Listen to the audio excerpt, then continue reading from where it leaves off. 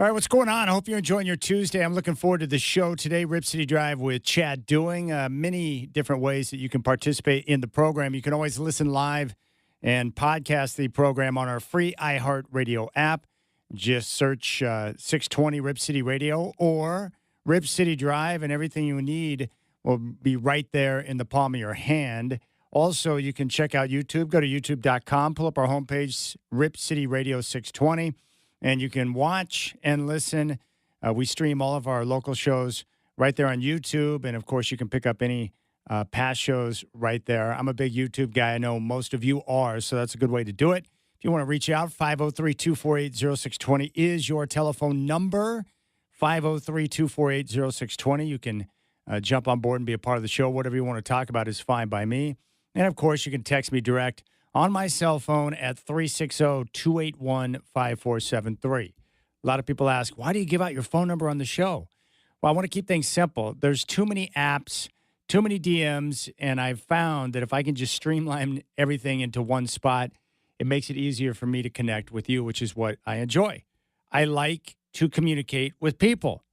I know it's a weird concept, but I do. I don't know if I would classify myself as a people person, but I do enjoy the interaction, and most importantly, I appreciate you taking time to listen to the show.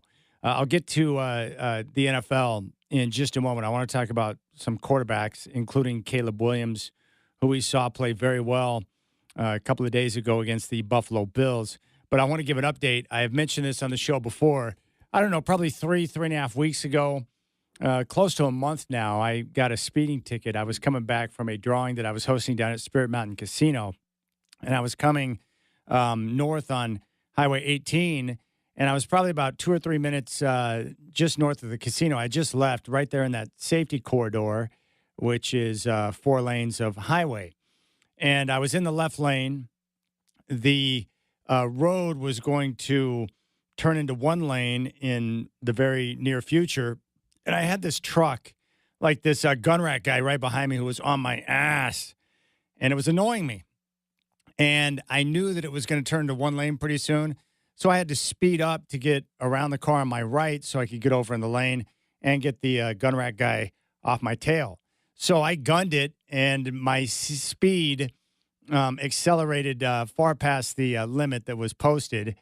And I got over in the lane. I thought everything was good. And then out of nowhere, I look up, I see these lights on me, and I'm like, what in the world's going on?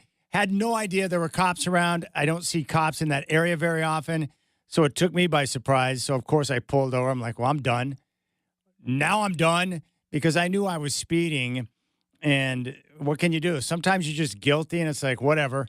I'm guilty. I accept my fate. It is what it is. So I pull over on the side of 18, which, by the way, not the safest highway, I might add. A lot of traffic, people coming back from the beach. And I roll down my passenger side window, expecting like some big burly dude. You know, I'm down there near Grand Ronde. And all of a sudden, the officer comes up and looks inside my car. And I thought it was Heather Locklear from TJ Hooker. I was like, where's the candid camera? Cops don't look like that, but yet she looked like that. Just incredibly beautiful, which was not something I expected. And I was like, wow. Okay, so she's like a movie star that's pulled me over and is going to give me a ticket. So she got my license, registration. I gave her my all the details, insurance, the whole thing. And she walked back to her car. And it took like 10 minutes, so I knew that I was getting a ticket. You know, sometimes they'll walk back to their car, and you know if they come back quickly that you're going to be good. But this didn't. It was a 10-minute process. I was hoping they would just, you know, check and see if there's any warrants out of my name and tell me to slow down and I could keep moving on with my day, but that wasn't the case. She came back with like this super long, you know, these tickets now, they look like a python. There's like super long on narrow paper, and she hands it to me and she goes, court date's here. You need to pick one of the 3 options at the top, and please slow down. And I was just looking at her like, you can arrest me if you want. I mean, she was beautiful, spectacular, like movie star quality. And it was just surprising in that area of the state that you'd have a cop that looks like that. It was awesome. So anyways, a couple of days passed, and I was just going to log on and pay for the ticket. I think it was down somewhere in, like Dallas, Oregon. Like, I'm not going to drive all the way down to Dallas just so I can, have the ticket reduced or whatever. I'm like, I'll just pay it and move on. The only thing I was worried about was like the impact on the insurance, like all of us, right? Well, anyways, I've been trying to log in and pay for it. And the computer, every time I go in to log in, it can't find or won't find any information on the ticket. It doesn't pop up. So I called the courthouse a few days ago, and I'm like, hey, here's the ticket number. I'd like to pay for the ticket. And there's no record of it in the computer. So I'm like, well, what's going on? And the clerk said that, well, it hasn't been submitted yet. And I'm like, well, my court date's coming up in a couple of days. Is it normal for officers to hold on to the information this long with the court date coming up and not submit it? And she goes, no.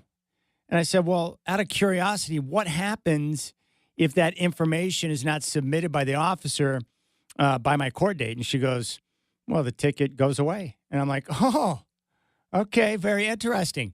So I was like, well, what should I do? She goes, well, call back on that day.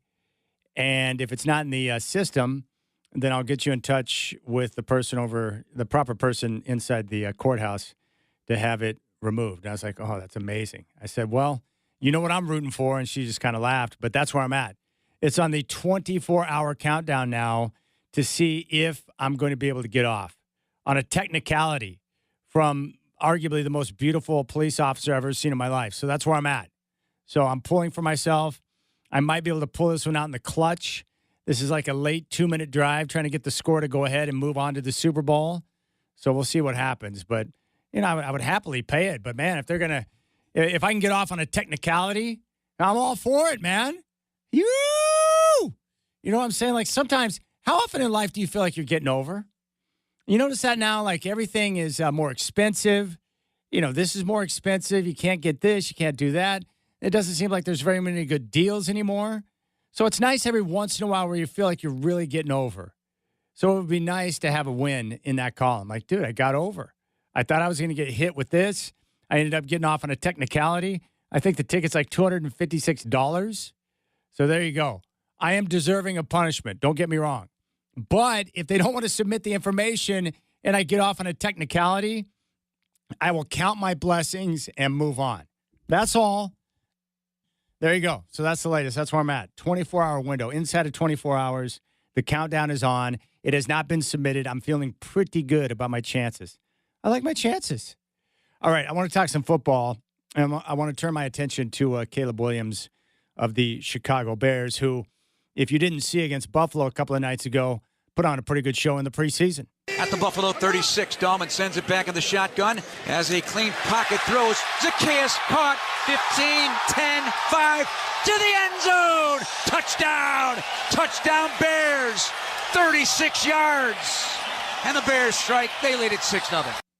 Boy, how nice was that opening touchdown drive by Caleb Williams of the Bears? I think it was a muff kick. So they took over at the 8-yard line. And, of course, Caleb Williams didn't play last week.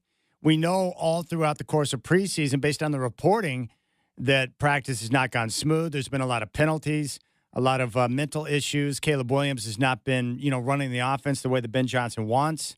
We saw the issue on camera with that drill with the net where he kind of threw a fit because he couldn't make the throws into the proper holes, and he was upset about it. So, the majority of the reporting from Bears camp has been negative.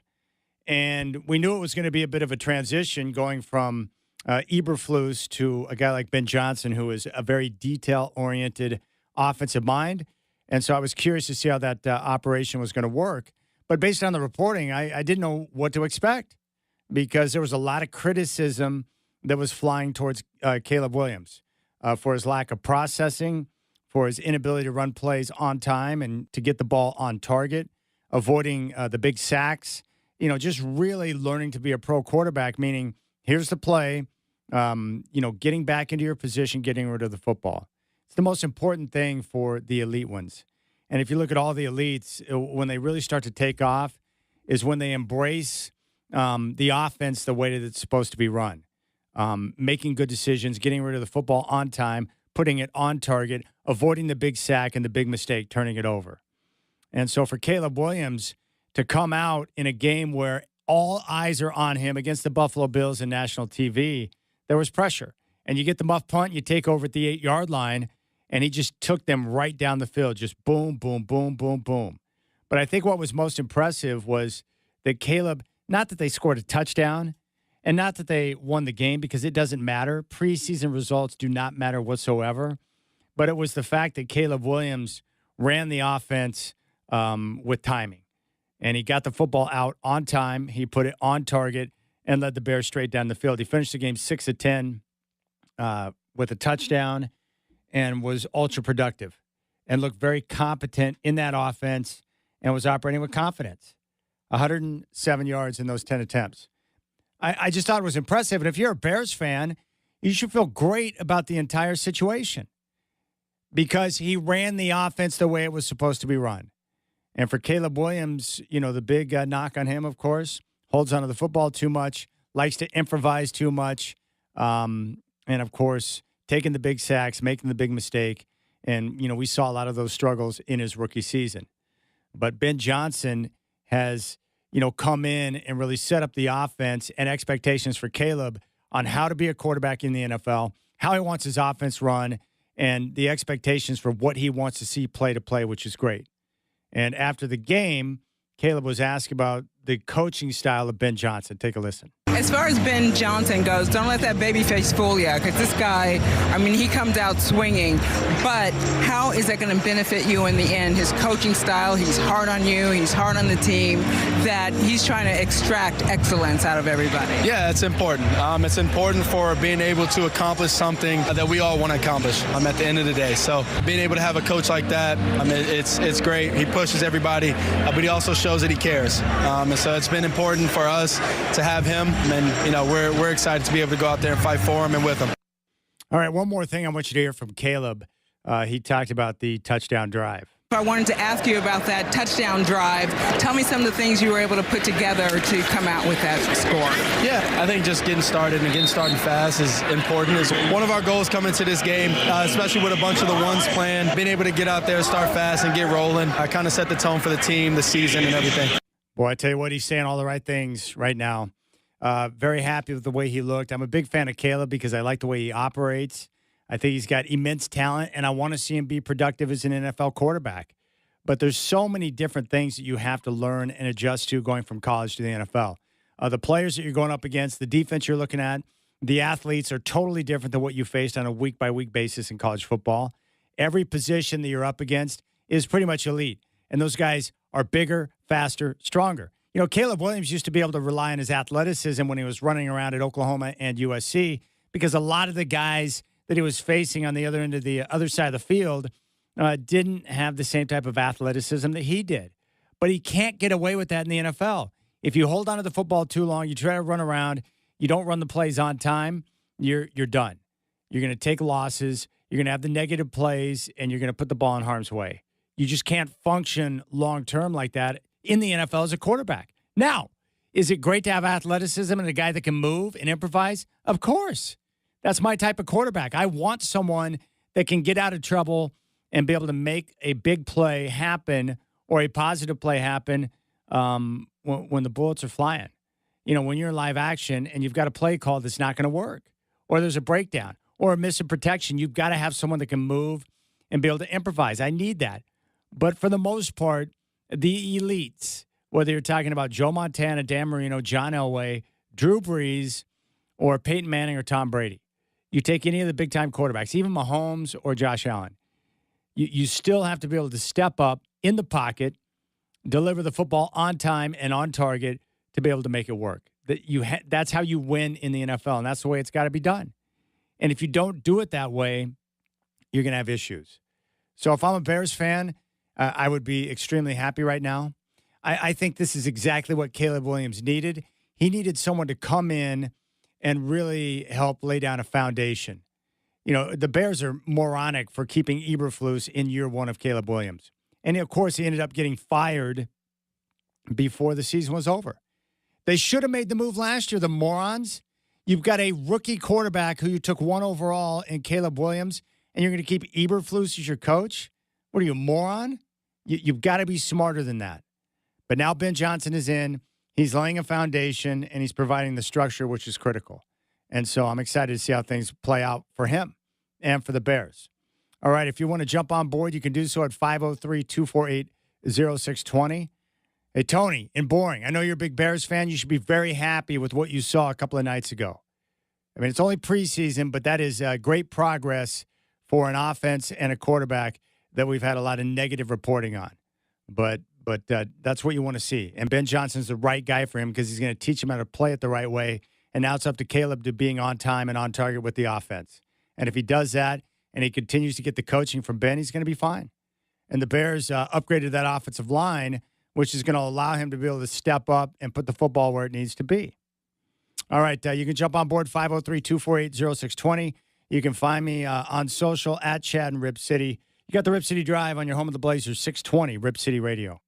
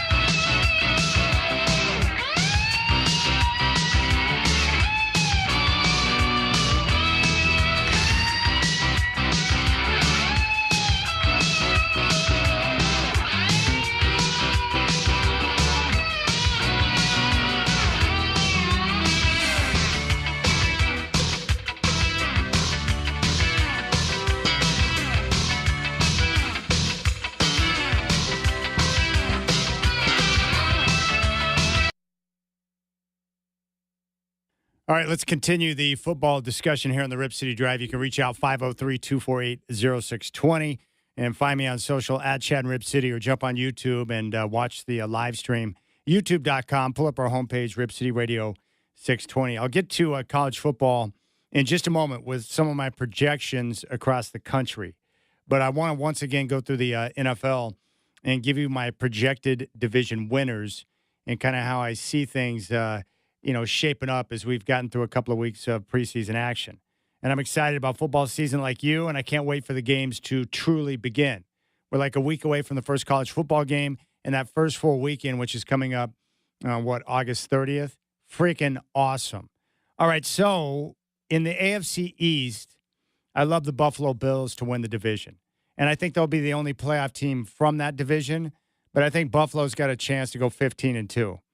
They have been knocking on the door. They've had issues getting through Kansas City, but outside of that, they've got an MVP in Josh Allen. They've got a roster that's loaded on both sides of the ball. They're getting better at finding balance in the offense to be able to run the football, and Josh Allen can do everything that you need. He can move. He's a great leader. He's got a cannon arm. He's just a big-time player, and he's right up there near the top. He's in that upper crust, the top tier of quarterbacks. Buffalo is going to be a major problem.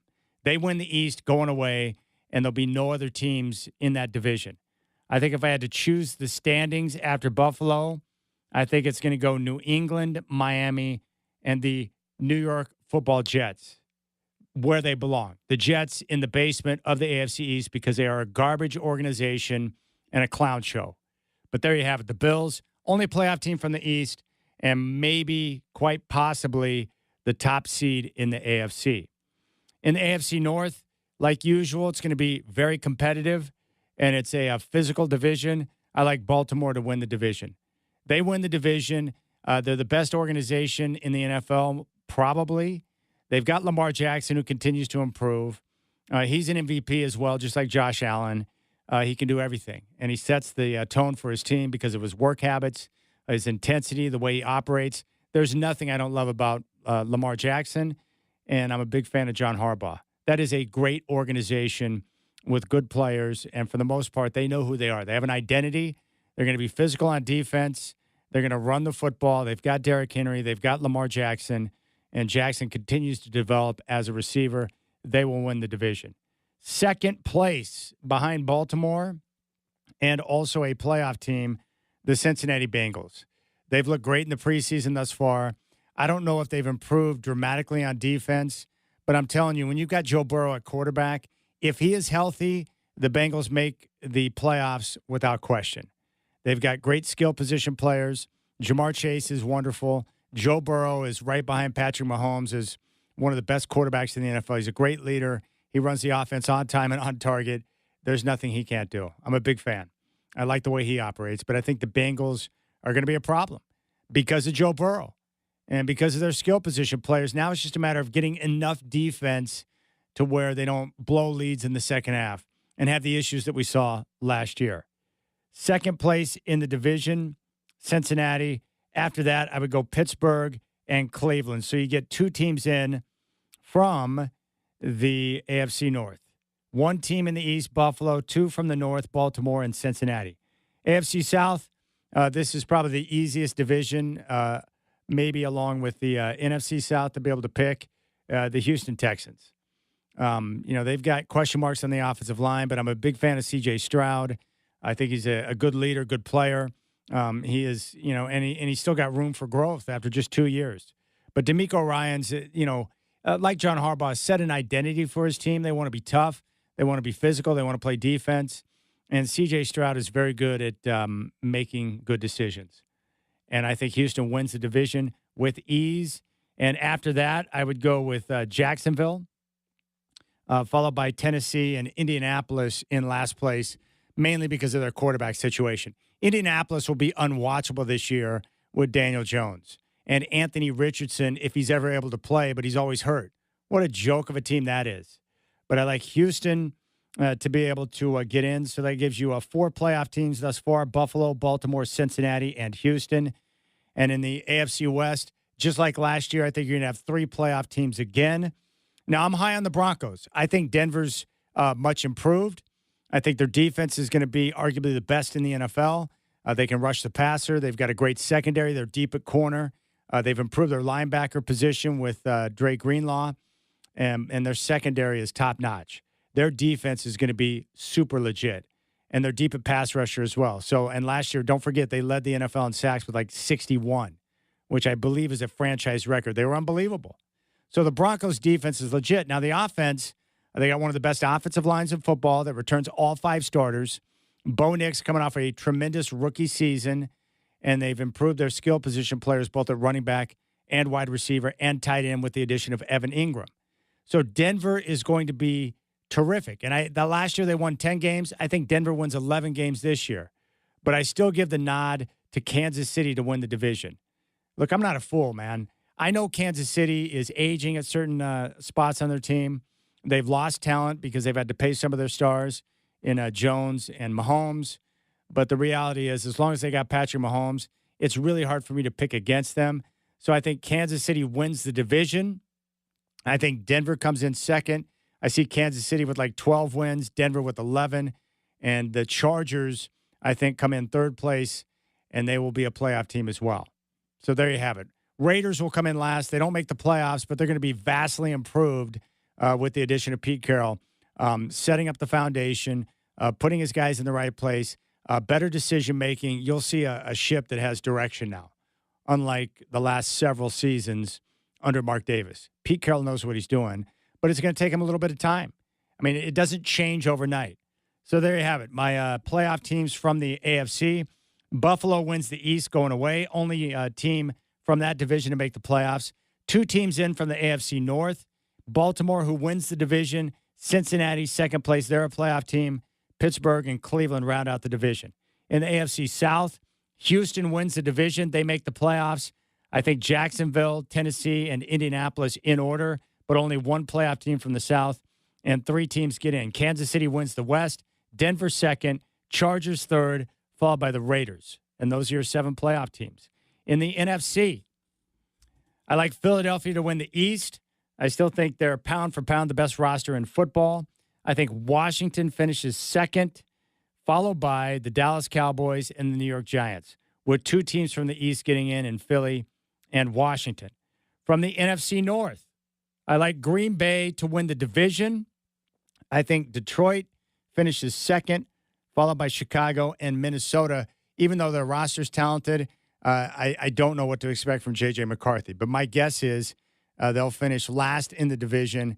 And Chicago, with the improvements and the coaching of Ben Johnson, they'll have enough. But I think the top 2 teams in that division, Green Bay, who wins it, Detroit second. I think Detroit takes a step back because they lost both coordinators, and that's going to be a difficult transition for them. That's kind of how I see that playing out. In the NFC South, I like Tampa Bay. They've got continuity along their coaching staff. Baker Mayfield is coming into his own as a quarterback. I like Tampa Bay to win the division, followed by Atlanta, Carolina, and the Saints, and put the Saints right up there with the Tennessee Titans as unwatchable football. Do not tune in for Colts or Saints games unless your team is playing in that game, because that's going to be hard for your eyes to watch. Absolutely brutal. In the NFC West, give me the Seahawks to win the division, followed by the Rams, 49ers, and Cardinals. There you have it. That's how I see it shaking out. I like the Seahawks to win the division, followed by the Rams and the 49ers, and then the Cardinals in last place. Now, the Cardinals are much improved, and they've got a very nice roster, but I've got to see Kyler Murray start strong and be able to finish strong. You know, he's kind of petered out down the stretch.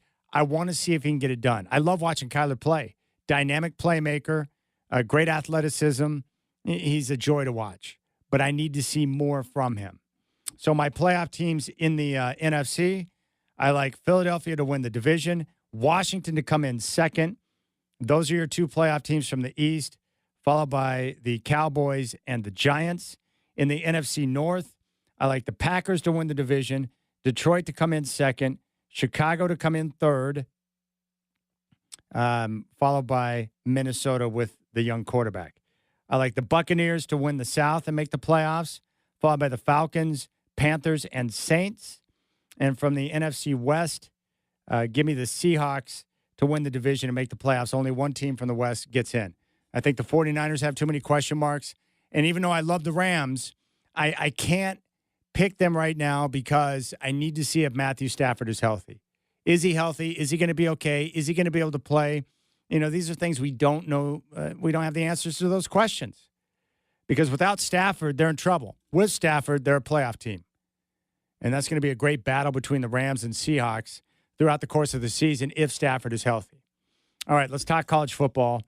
I want to kind of give you my projections on each of the key conferences across the country. And we'll start with the SEC. I'll get to the Big Ten in just a moment. But there's no doubt in my mind that Georgia and Texas are the two best teams in the conference. And they're two teams that are going to make the playoff without question.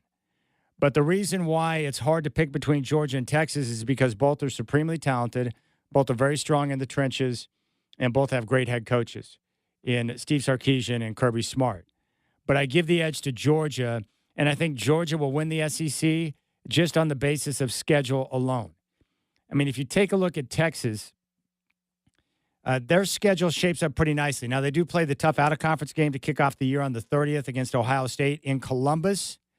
But outside of that, they go to Florida October 4th and then face off against Oklahoma in the Red River rivalry down in Dallas.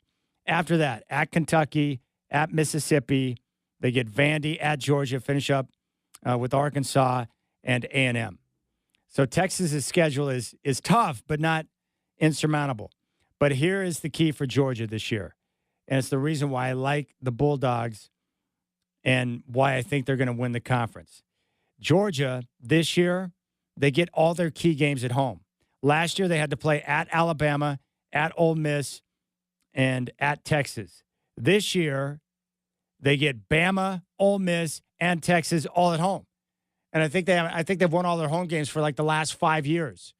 And we know Georgia's supremely talented, well-coached, and great defensively. So Georgia on schedule, I give them the nod. Now, Oklahoma is going to be one of those surprise teams this year. I mean, they're really good. They've got a top 10 defense in the country, and they've got massive improvements on the offense with the addition of Mateer at quarterback, their offensive coordinator, which is a better fit, and they get a bunch of guys back at receiver. They were banged up with injuries last year, but the problem is with Oklahoma, unlike Georgia, their schedule is brutal. Now, they're probably going to go into the game against Texas undefeated because they open up against Illinois State. They host Michigan at Temple, and they get Auburn at home before an off week against Kent State. So they're going to go into that game 5-0 against Texas. But after that, brutal. At South Carolina, Ole Miss at home, at Tennessee, at Bama, Missouri, LSU. Now, look, I think Oklahoma is going to be much improved and one of the best teams in the country. But they can't win the conference when they've got just a meat grinder of a schedule like that. Now, I will say, when you play a schedule like Oklahoma's, this may be the year where 3 losses and you can get in if you're playing that type of competition. Depending on some of the games that you win, when you're playing competition like that, you're going to put yourself in a prime position with 3 losses to get into the playoff. This is the beauty of expansion. You no longer need perfection to be a playoff team, which is great because that's the way it should be. You can't expect a team to go unbeaten every year. That's absurd. That's one of the reasons why I love the playoff expansion. So, Georgia, Texas, 2 best teams in the conference. Oklahoma is going to be vastly improved, especially at quarterback. But on the basis of schedule, give me Georgia to take the SEC. But Texas, without question, should be a playoff team. And that's going to be an amazing game coming up in a couple of weeks. Texas at Ohio State and Columbus. We need games like that. We live for games like that. It's going to be awesome. The ACC, it's a one-team conference this year, Clemson. Clemson will win the conference. They're one of the teams, the top teams in contention for a national title that return their quarterback. They have a lot of experience returning on both sides of the ball. They've got a good coach. Clemson will run away with the ACC, and they're one of those teams based on schedule that could wind up with the number 1 seed in the playoff. Just keep an eye on Clemson, but I expect them to dominate the conference and be a shoo-in for the playoff. In the Big Ten, it's really down to 3 teams: Ohio State, defending champ, Oregon, and Penn State. Now, Penn State is the flashy pick. They're everybody's number 1. They've got the quarterback coming back in Drew Aller. along with Clemson, they're the other team in the top 8 that return quarterbacks. Everyone else is replacing a quarterback from last year. Penn State's also got the best offensive line, and they've got a coach that can recruit, and they've got a top-notch defense. So on paper, Penn State's got everything you need to be able to win a championship. The problem is James Franklin does not win big football games. And that's my big issue with Franklin. Look at what happened last year. They came just a couple of steps away from the national championship game, but the problem is, look at what they did throughout the regular season. They lose a game at home to Ohio State. They lose in the Big Ten title game to Oregon, and their 2 playoff wins were against SMU and Boise State. So the big games they had, they lose, and then they beat 2 teams in the playoff that they were supposed to beat, where they were heavily favored. So I don't know how much credit to give them. I just know that James Franklin doesn't make a habit of winning big games at Penn State. And while Drew Aller is good, I don't see dynamic when I watch him play. In fact, Penn State looks like they struggle at times to throw the football, which is annoying. But they're deep at tailback. But Penn State is, in my mind, I just have to see it to believe it. And I don't believe it with them. I don't. I haven't seen James Franklin, as good as he is, win big games. When do they do it? So I'm not buying into Penn State. I'm not buying it. And I think Oregon absolutely can go in there and get a win late September and set themselves up nicely.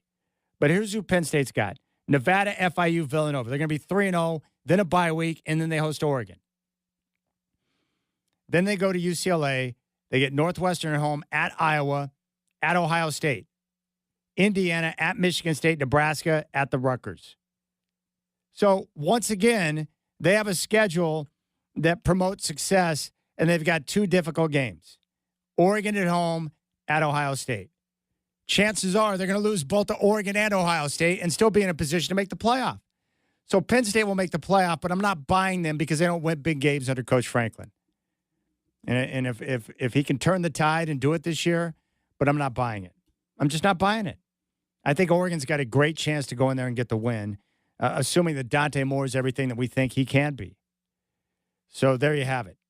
Now, Ohio State, they've got a new quarterback coming in. They open up with Texas. Then they get Grambling in Ohio before a game at Washington.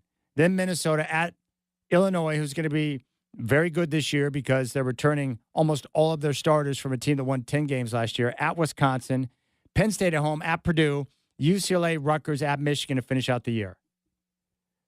Ohio State is looking at a potential 1-loss season. So give me Oregon and Ohio State in the Big Ten title game. I think Penn State will miss it because I don't think they're going to win a big game. And yet I expect all 3 teams to make the playoff. Because Oregon is going to have 1-2 losses at the most. Ohio State will have 1-2 losses at the most. And Penn State will have 1-2 losses at the most. But those are your 3 best teams in the conference. But I'm not buying Penn State because I don't see them winning big games. They don't. The Big 12 is fascinating to me. They're kind of like the Pac-12 after dark, what it used to be. Now the Big 12 is where you go for the most entertainment, high-scoring, wild football games. They have multiple teams that can win the conference. And I've narrowed it down to 6. Texas Tech, Kansas State, Iowa State, Baylor, Utah, and Arizona State. Kansas State and Iowa State will kick off next week over in where? Ireland. I think Iowa State's like a 3-point dog. That's a big game in conference to kick off the year because both those teams should be in contention. Arizona State is the team that's the most intriguing to me because they return the majority of their starters, aside from Cam Scatteraboo, but they've got Sam Levitt at quarterback, one of the best in the country from West Linn, and they've got one of the best receivers in college football in Jordan Tyson. In fact, I'll tell you right now that Levitt to Tyson is the best quarterback-wide receiver tandem in the country that no one knows about. But Jordan Tyson, not this coming year, but down the road, he's probably going to be the top wide receiver taken in the draft. That's how good he is. So just something to keep in mind. Arizona State, they're going to be really good. They're experienced. Love Kenny Dillingham. The problem with them is they have 3 tough road games. At Iowa State, at Utah, at Baylor. Now, last year they got into the Big 12 title game with 2 losses in conference. Can they go through that stretch on the road like 2-1? But they got 3 difficult road games. Utah should be much improved this year. I'm a big believer in Kyle Whittingham. They had an off year, but I expect them to bounce back. Baylor's going to be tough.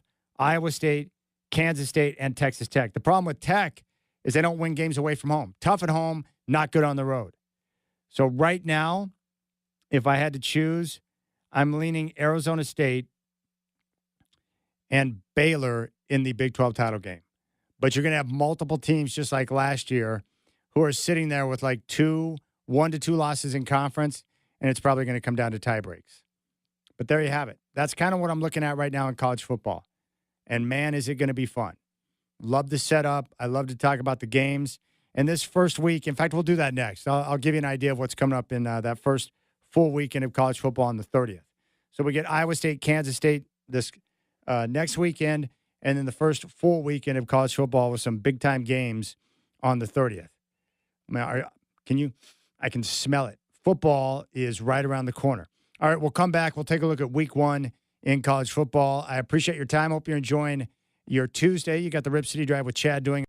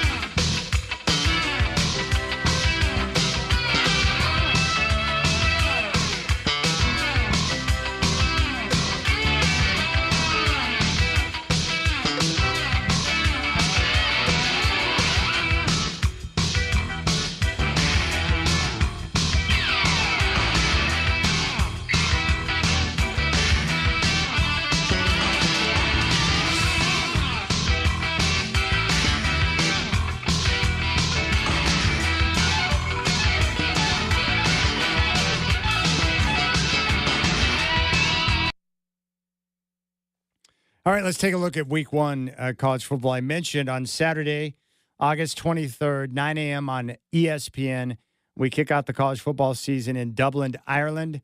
Number 22, Iowa State, is going to take on number 17, Kansas State. Right now, the Wildcats are a 3-point favorite. This game is critical because it's a conference game to kick off the year in late August, and both these teams are going to be in contention for the Big 12 championship. So it's a monster game to kick off the year in Ireland. I can't imagine being a coach of one of those teams and opening up in conference. Not the best case scenario, but if you get the early conference win, it can sure kick off your season the right way. So that's the first game, 9 a.m. on the 23rd, ESPN, Iowa State, and Kansas State. And as I said, for my, I think you get the most bang for your buck with the Big 12 football games because they're typically high scoring. It's a wildly competitive conference and a lot of fun games. Okay, then Thursday, the 28th, my birthday, number 25, Boise State will take on South Florida. We get a game on Friday, the 29th, but who cares? Western Illinois against Illinois. Now, Illinois is a team to watch. Won 10 games last year. I think they'll make some noise in the Big Ten because they return almost all of their starters. But I think that they're definitely inferior to Oregon, Ohio State, and Penn State. On Saturday, the 30th, we officially kick off the season, and we can be happy. 9 a.m. on Fox, number 1 Texas at number 3 Ohio State. So you get the team that everyone thinks is the best in Texas, along with Penn State, playing at Ohio State, who's defending their national championship. Now, we do know because we got word a couple of days ago, or I think it was yesterday, Ohio State has named their starting quarterback. It's going to be Julian Sayin. So he'll get the start. He'll make the start against Texas. And so both teams who are considered national title contenders, Texas with Arch Manning and Ohio State with Julian Sayin, starting new quarterbacks from what we saw last year. So there you have it. What a great way to kick off the college football season with that type of game. I think we can all agree that we need more games like this in our life because it makes football phenomenal. After that, or you can flip back and forth at 9 a.m. on ABC, Syracuse is playing at number 4 Tennessee. Number 24 Tennessee taking on Syracuse. After that, 12:30 on CBS, Nevada taking on number 2 Penn State. You Duck fans can start your scouting efforts on Penn State to see what they're all about and if they're everything that everyone says they are as Oregon prepares for that late September game in Happy Valley. Georgia will host Marshall, 12:30 on ESPN. But the better game, 12:30 on ABC, number 8 Bama is at Florida State. Great way to kick off the season. I love that game. 12:30 on Fox, South Dakota taking on Iowa State. And at 1 o'clock on the Big Ten Network, Montana State taking on number 7 Oregon. 3 o'clock on ESPN and the SEC Network, Illinois State and Oklahoma. Hideous football game. After that, other games of note that you may want to keep an eye on. The other big game of the day at 4:30 on ABC, number 9 LSU is playing at number 4 Clemson. Both teams are in contention. Both teams have quarterbacks that are returning, and Clemson is going to win the ACC with ease and quite possibly could get the number 1 seed in the playoff because their schedule sets up nicely. They've got a lot of experience returning on both sides of the ball, including at quarterback. Elsewhere, New Mexico and Michigan, 4:30 on NBC. Any other games of note? No, not really. Arizona State will take on Northern Arizona at 7 o'clock on ESPN+. We get a couple of games on Sunday. One is a great one. Vautech at South Carolina at 12 o'clock on ESPN. And then 4:30 ABC, number 6 Notre Dame is playing at number 10 Miami. Both teams will do quarterbacks. Both teams with a lot of expectations this year. But there you have it. I think for the first weekend of college football, we got some big-time matchups. You got to love Notre Dame and Miami. I think that's a big-time game. LSU and Clemson. And then after that, Alabama, Florida State, and Texas, Ohio State. So we got like 4 big-time games. And then, of course, you Oregon and Oregon State fans can watch your teams hook it up. Oregon State will take on Cal, and then Oregon's going to take on Montana State. But there you have it. It's pretty good, isn't it? That's a pretty good week 1 schedule. The hard part that I'm trying to figure out, I've got the concert, Men at Work, Christopher Cross, and Toto up in Ridgefield.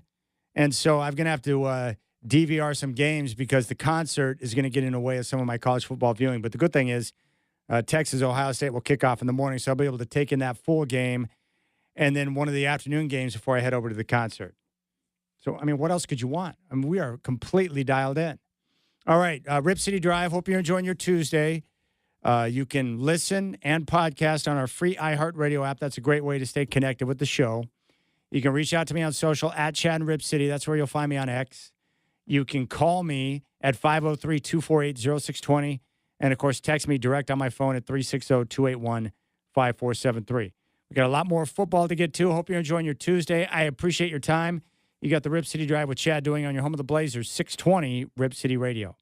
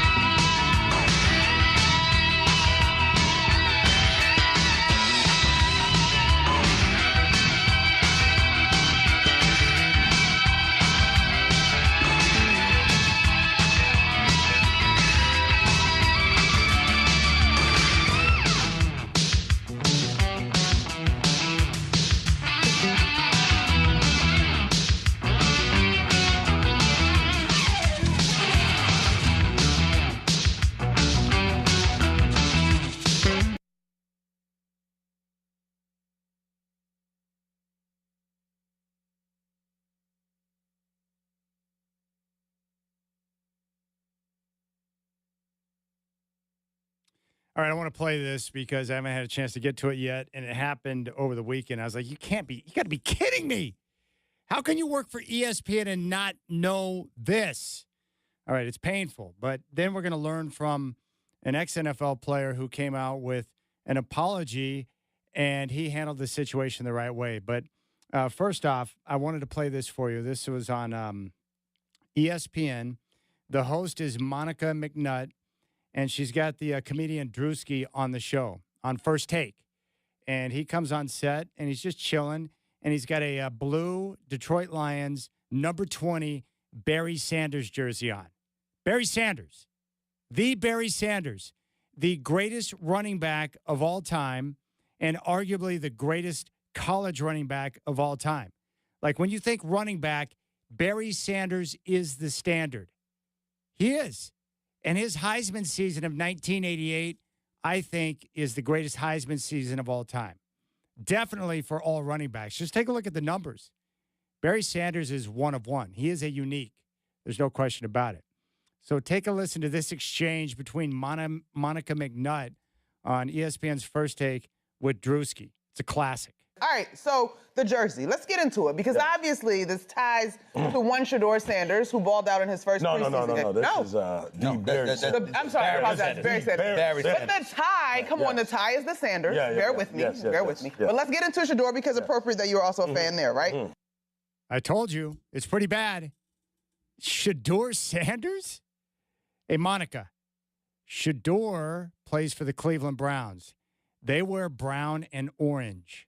He played college football at Colorado. They wore black. How you looked at that blue Detroit Lions jersey and thought somehow that number 20 referenced Shador Sanders is beyond my understanding. Hey, look, I'm not expecting people to be perfect. I know what it's like to talk for 3 hours per day. I make mistakes all the time. But there are certain things you can't screw up on.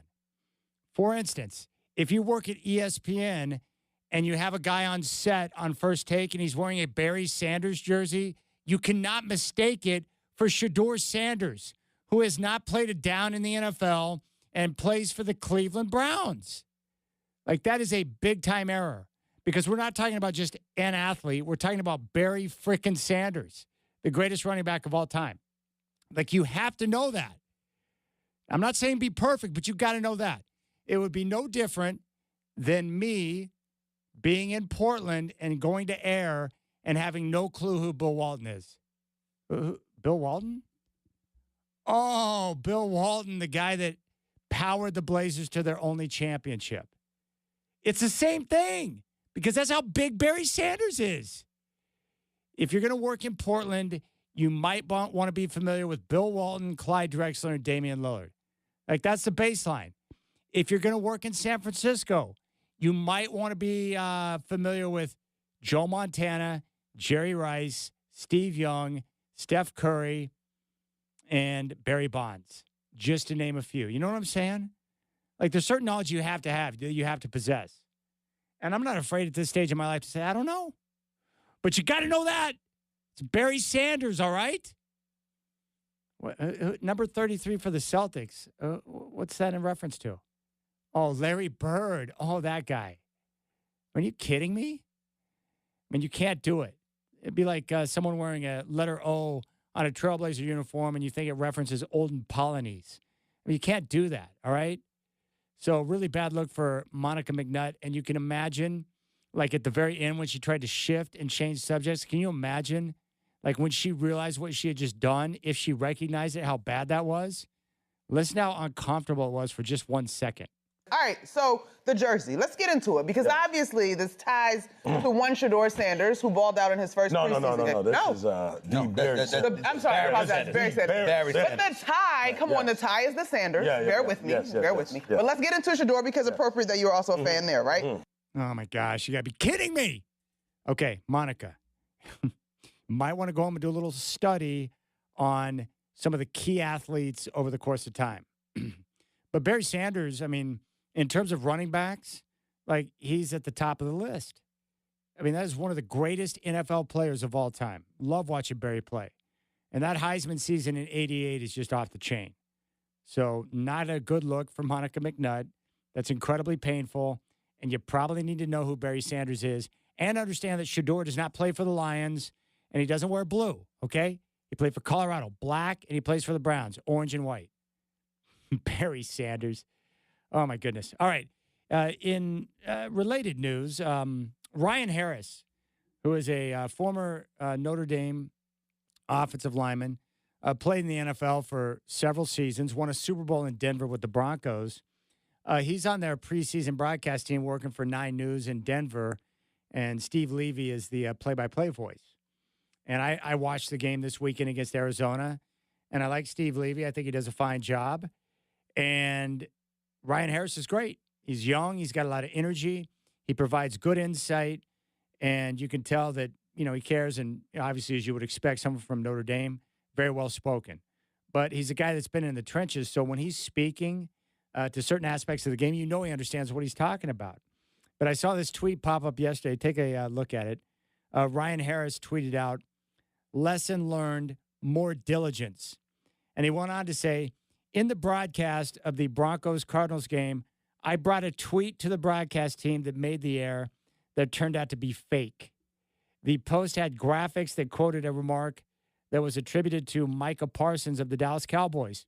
Regrettably, this remark was never spoken. I satisfied neither my own professional standards nor those of the elite team at 9 News. Throughout my playing and broadcasting career, I make it a point to learn from my mistakes. I have learned from this instance and will not make the same mistake again. My sincere apologies to the NFL, 9 News, and the Denver Broncos. Read and verify." I mean, that is great. He just made an honest mistake. So I quote tweeted him and said, "Hey, Ryan, don't feel bad. I have made the same mistake too. I once quoted a tweet on air from a reporter named Barry McConaughey. Learned the same lesson." And I have to say it Barry McConaughey because if I say it any differently, then it sounds a lot worse. I've done it too.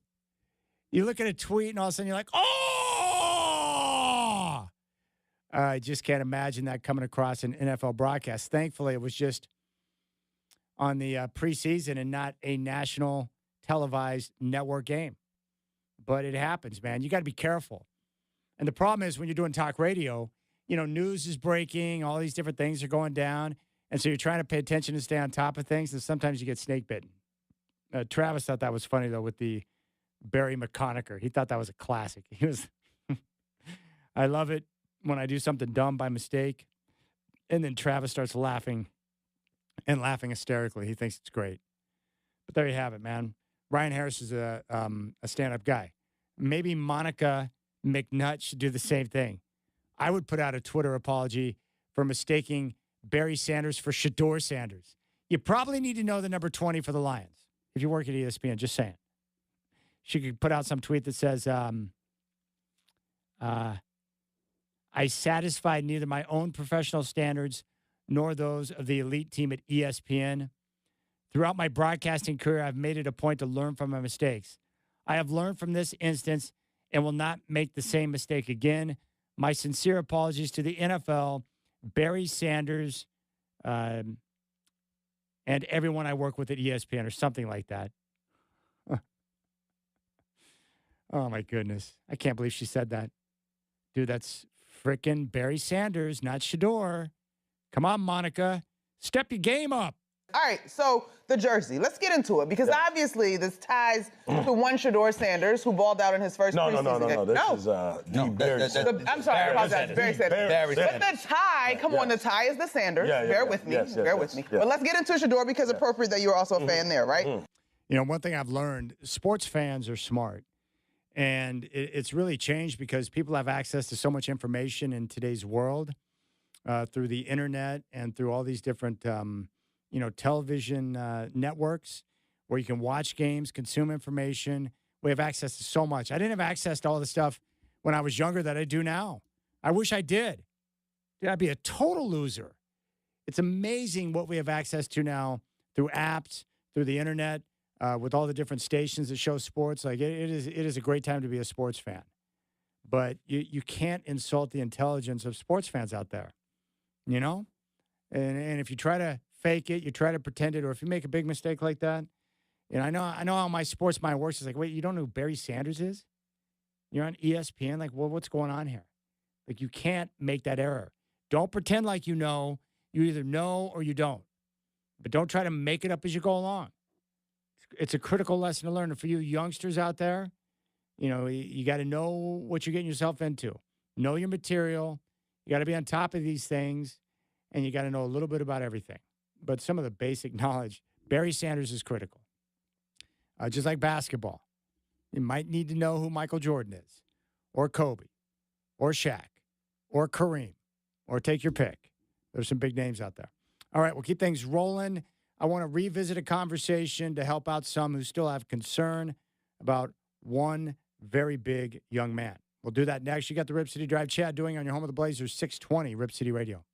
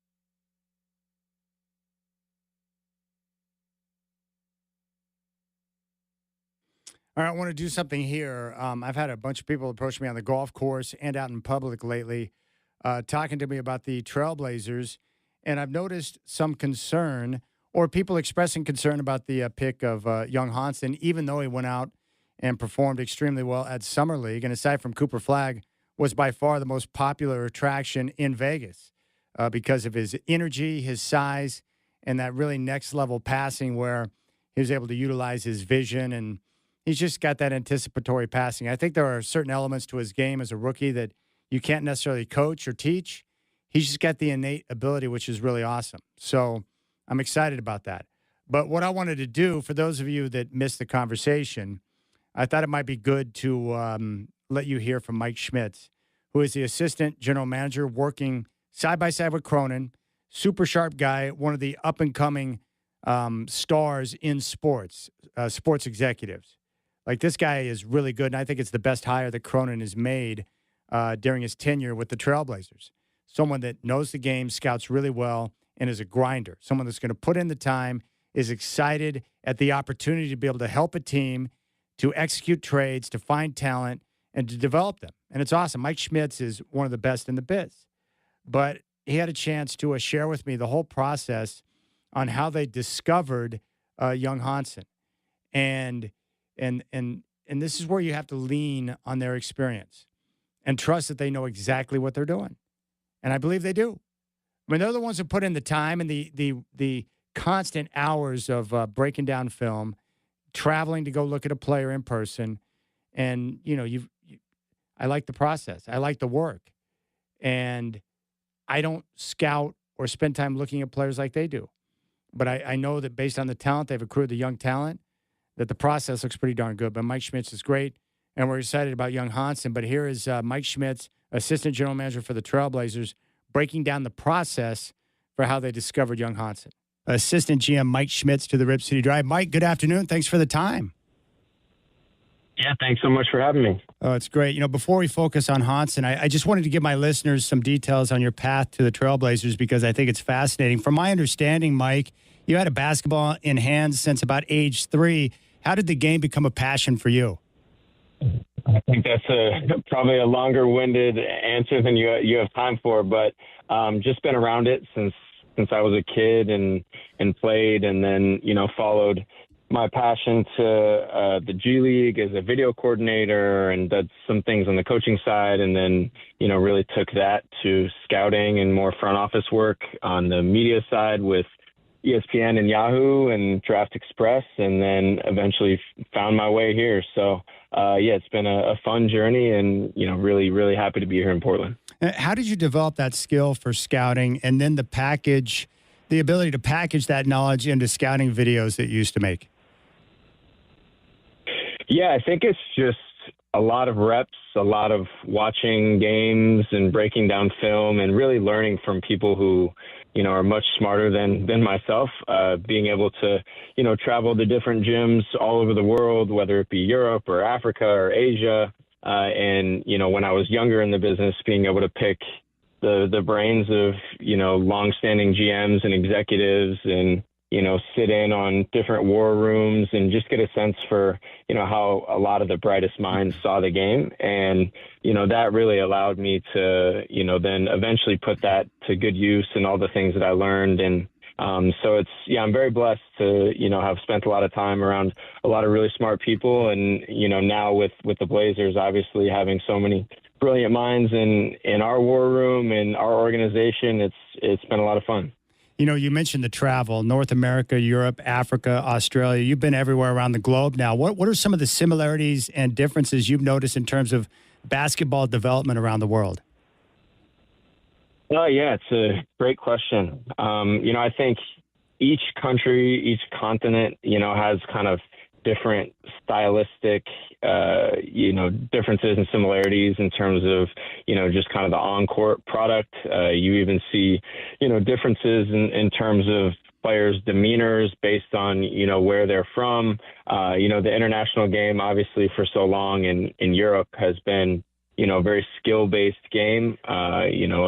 Shooting is a premium, basketball IQ is a premium, ball movement, people movement, all a premium. And so I think you've seen that trickle into the NBA game a little more. And then, really in different countries as well, like being able to see the development of basketball, on the continent in Africa and the development of basketball in Asia. It truly is a global game now. And I think there was a tweet today about, our team having 8 or 9 players from, outside the United States. And I think that's something we take great pride in, but also just you go where the players are, right? And I think that's kind of where we're at as a league right now, which is great. We're talking with Mike Schmitz, Trailblazers Assistant General Manager here on the Rip City Drive. Yeah, I was thinking about that this morning, where when I was younger watching basketball, there weren't too many international players in the NBA, but that certainly has changed. And I love how the game's become global, Mike. And I'm wondering, how much of an impact do you think, was it the 92 Dream Team that really changed everything to where we started to see basketball become so popular across the world? Yeah, I think that definitely plays a role. I think part of it is the stars now in the NBA, being so global and international, and then going to play for their national teams. So playing in the Olympics, playing in the World Cup and all these, qualifying events. So many of our best players take such great pride in that. And I think, when you have those tournaments, like people want to go see, the best stars in the game. And that's a great chance to see them, with their national team. So I think it's kind of comes both sides of the coin there in terms of the growth of the game feeding into the NBA, and then the success of those players, in the NBA, then being able to give back, in those national team tournaments. So definitely been really cool to see. That's awesome. How have you enjoyed your role as assistant coach with the Ugandan national team? Oh, it's been great. It's, one of the better parts of my job and my, my life in general. And, really thankful for the Blazers to allow me to continue, kind of pursuing that passion of mine. And we actually have the AfroBasket, this summer in Angola. We qualified in our last FIBA window. Awesome. A few months ago. So yeah, really exciting to be able to go participate in that, and, going to bring a squad with, a lot of talent and some younger talent, some of our veterans. So I'll be out in Angola in August with one of our video coordinators, Ikenna Smart, as well. He's coaching with Nigeria, and they qualified as well. So it would be great to be out there with Ike and just kind of continue that journey. That's great. That transition for you to go from ESPN to working for a team in the Trailblazers, what was that like for you? It's been great, just being able to kind of finally be able to focus on, putting all the scouting and talent evaluation that you do toward one specific team, right? I think previously my job was so much about, okay, who are all the best players in the world? What level can they play at? Where should they be projected in terms of, the NBA, and, what level can they play in college, and where could they eventually play internationally? And now to be able to kind of, put that to good use and really help, an organization and help, Joe Cronin and the rest of the group as best I can, has been great experience. Love the city of Portland, love the organization. And, previously I could never contribute to drafting a player or, helping trade for a player or, sign a free agent. And so to be able to kind of learn from Joe and the rest of the group and, be able to contribute to those things has been a great experience, and just really excited about what we continuing to build here. Gosh, that's really cool. We're talking with Mike Schmitz, Portland Trailblazers Assistant General Manager. All right, take us back a couple of years. How did Young Hansen hit your radar initially? Yeah, so it was June of 2023. One of our key international scouts, his name is Nico Mathieu, is based in France. He was at the FIBA Under-19 World Championships and saw a 7-foot, Chinese big man, and was really impressed with his passing, his feel for the game, his instincts. And so he let the rest of the scouting staff know, wrote a scouting report, and one of our personnel analysts who does an excellent job for us, Jake Fox, always, evaluating film, writing reports, looking at data. He was just diving deep into his film and saw a lot of really unique traits just in terms of, some of the passing, the IQ, the feel, the size. And it was coming against, some of the best players in his age group in the world. A lot of players who were, drafted in the top 5 of the last couple of drafts. And so I hadn't really heard of him. I'd never seen him play. And so that led us to kind of dive deeper. And, Sergio Oliva, one of our other assistant GMs who, does a great job, he was all over it.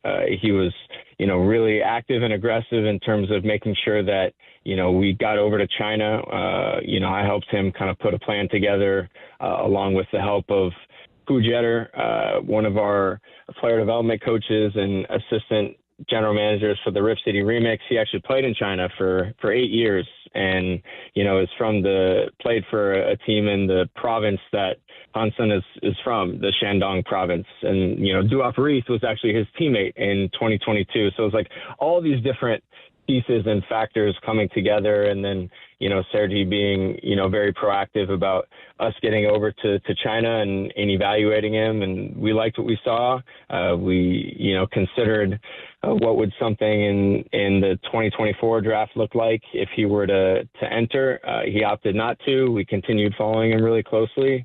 And, eventually we're able to get our hands on some unique data that Sergi and the research and development team, was able to track down. And that allowed us to get a better look at the impact he had in the CBA and, how impactful he was offensively, defensively, what type of pick and roll defender he was. And so all these inputs coming together and then getting him in front of Joe, in front of Chauncey, and the whole group really kind of unanimously being impressed, kind of led to us being able to go get him on draft night. Yeah, you mentioned basketball IQ, and that's something that both Joe and Chauncey mentioned today at the press conference. I'm curious because I want a better understanding of that. Like, what are some of the specific things that you see when you're scouting young Hansen that, is it certain plays or like positioning? Like, what are some of those things that would explain basketball IQ? Yeah, I think it's the passing for him. You see it in different ways, right? Like for different players. I mean, I'll use Donovan as an example. Like Donovan's pick and roll defense and rim protection for his age was incredible. Like you just didn't see those type of defensive instincts. His ability to pass offensively as well, ahead of most prospects his age, but the defensive instincts, the timing that Donovan showed, and then you sat down with him and watched film for 5 minutes and you could tell, okay, the way he processes the game, especially defensively, is really, really unique and rare. And I think for Hansen is the offensive side of the floor as a playmaker. His passing, his ability to handle at his size, not afraid to take risks. I mean, he'll handle in transition and, throw a lob like a point guard. Or there were times they used him as a pick and roll ball handler. So like just kind of unique different things that you don't traditionally see from, a 7-2 center.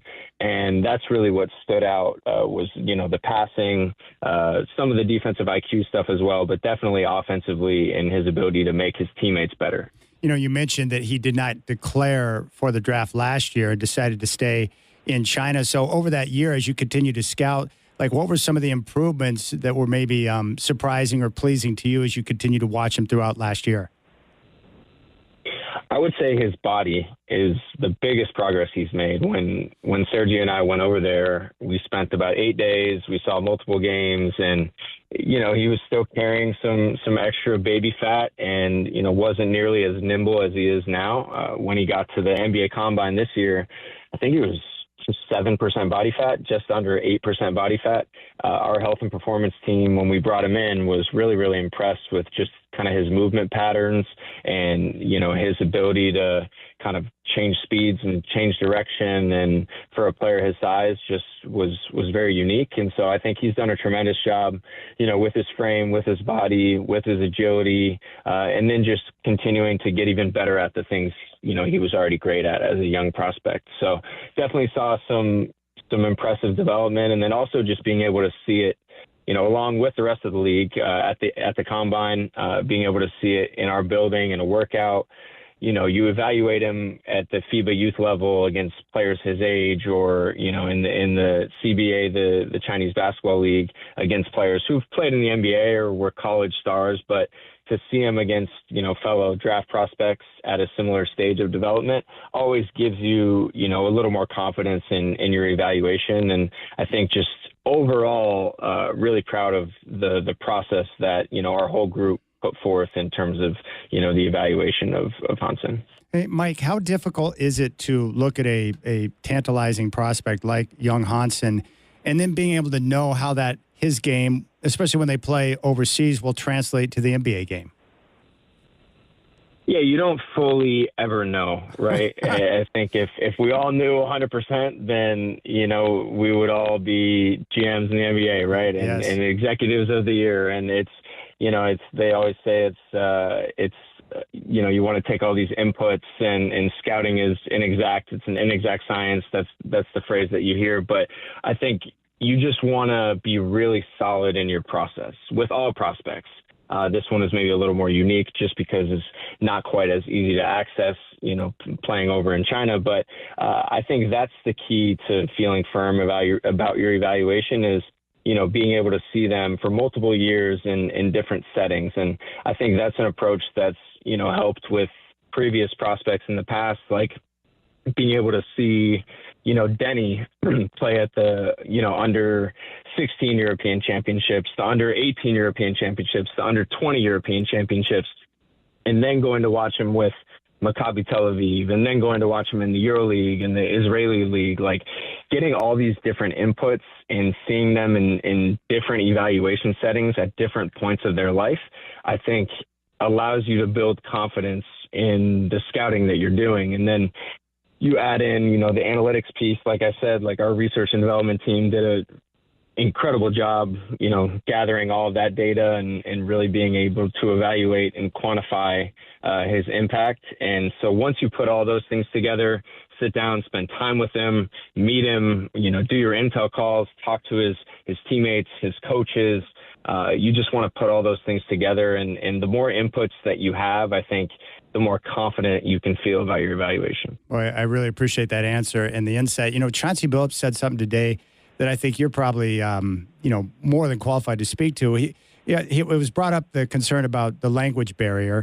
And Chauncey said that, basketball is like a universal language. Well, you've been all around the world, and so you've seen these type of challenges before. Would you agree with that assessment that basketball is a universal language? And what have you seen in terms of, players trying to learn a second language and that process of developing as a player when they're trying to overcome that? Yeah, I love the way, Chauncey put that earlier. I think the moment you get out on the floor and are able to, play with freedom and cohesion, and the way he plays, he's very unselfish. He celebrates the success of others like a lot of our players do. And so I think once he gets, between the lines in a game setting, some of those concerns will probably dissipate a little bit. I think it's more about, you have film sessions, you have team meetings, you have preparation, all those things. And I think, continuing to improve his English is going to be paramount, for those type of settings. But I think once you get between the lines and, his ability to connect with people is something that's been really impressive. If you've seen, I don't know if you all have met him yet, but if you've seen some of the videos and things like that, like he's very outgoing. He has a big personality. He's smiley. He's plays with this joy, and I think his style of play will allow him to connect with his teammates and his coaches rather quickly.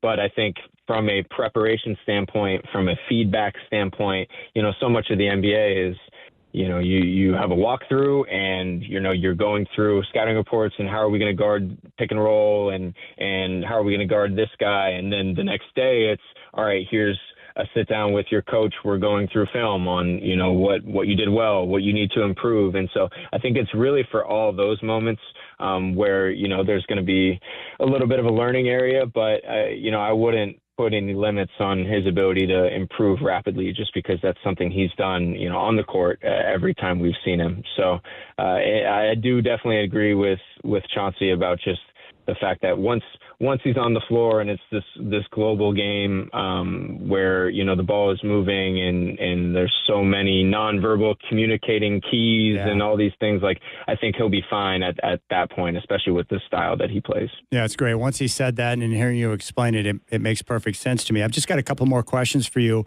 Look, I'm not a part of your front office, but from the outside looking in, what I'm most excited about is it appears that you and Joe and the rest of your team have great synergy amongst the staff and the way you work together. Joe mentioned after the draft that the teamwork that was involved in being able to locate and draft a player like Hansen. You just talked about that, but can you speak to the synergy and the way that you guys are able to work together and how that's led to the successes you've had thus far?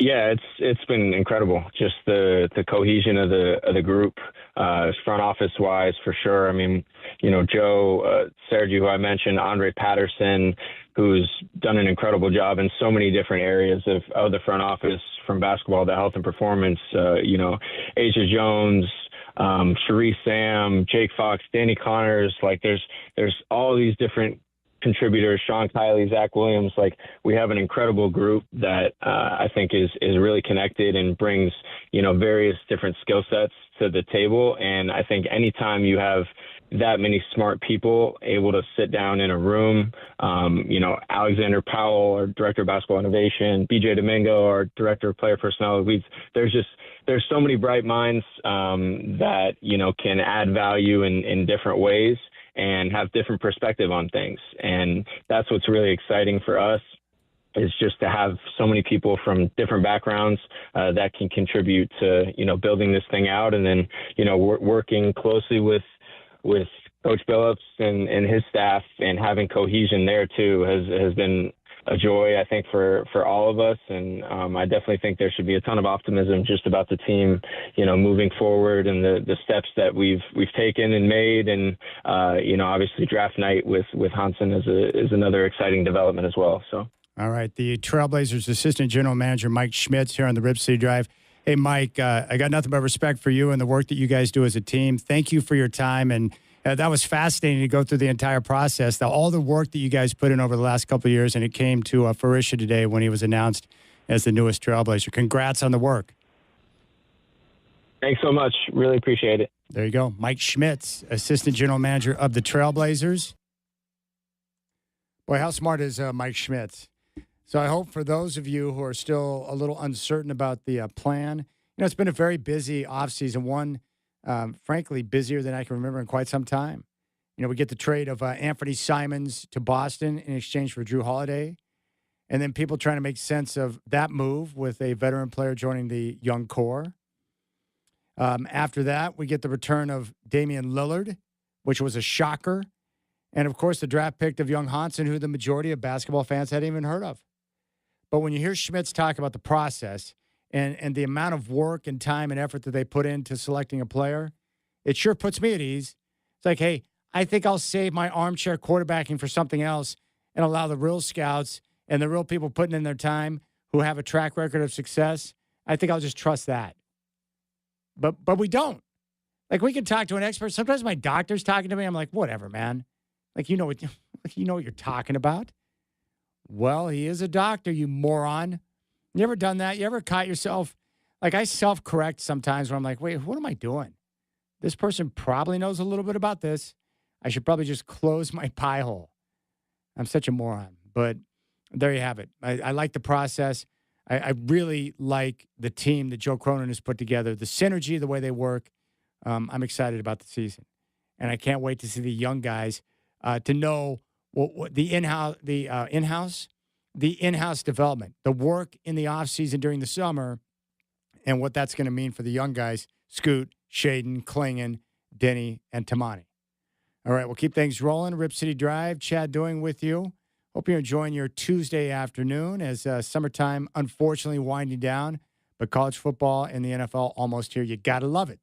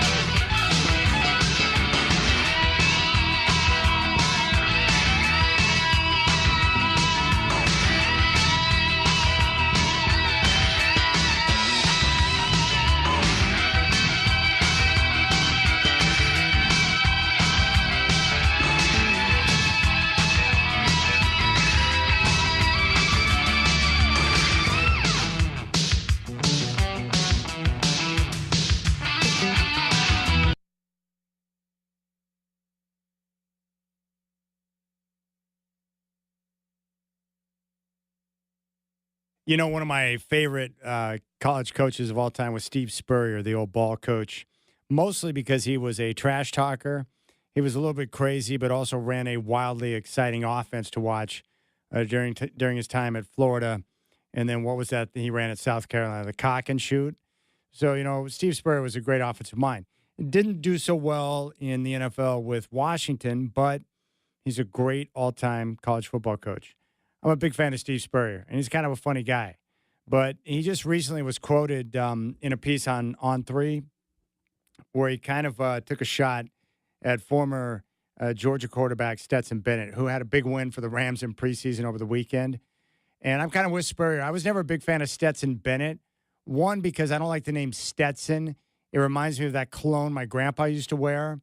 And I just feel like if your name is Stetson Bennett, that you're probably somebody that a lot of people might want to punch. Like, it sounds like you come from old money, and he probably had everything handed to him, including the starting quarterback job at Georgia. It's probably not true, but that's what it feels like. Stetson. You remember those old commercials? Stetson. I don't know. I'll see if I can find one of those here in just a moment. But Steve Spurrier was talking about, you know, college football and, you know, how you can win in a variety of different ways. The old ball coach said, quote, "I think there's two areas that are probably going to determine the best teams.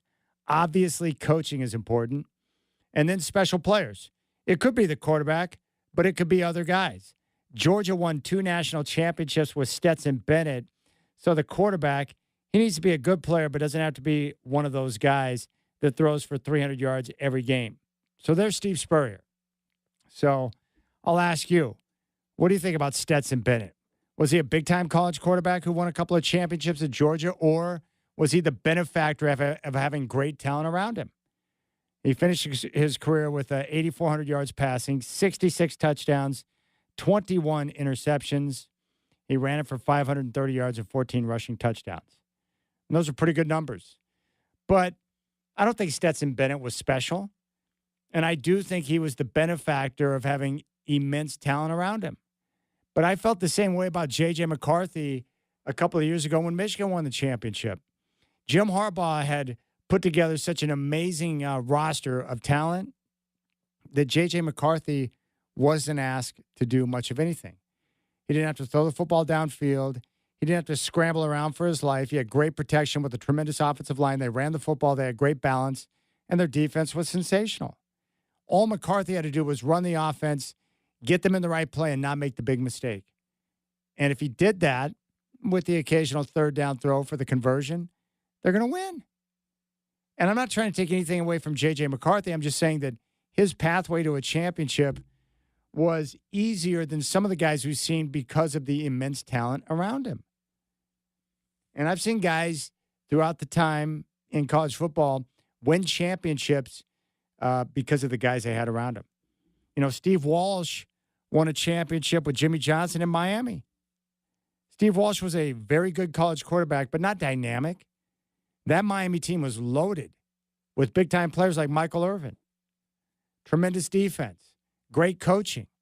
So I understand what Steve Spurrier is saying, that, hey, if your roster's loaded with a bunch of terrific athletes and you got special players across the board, you don't have to have a dynamic quarterback to win.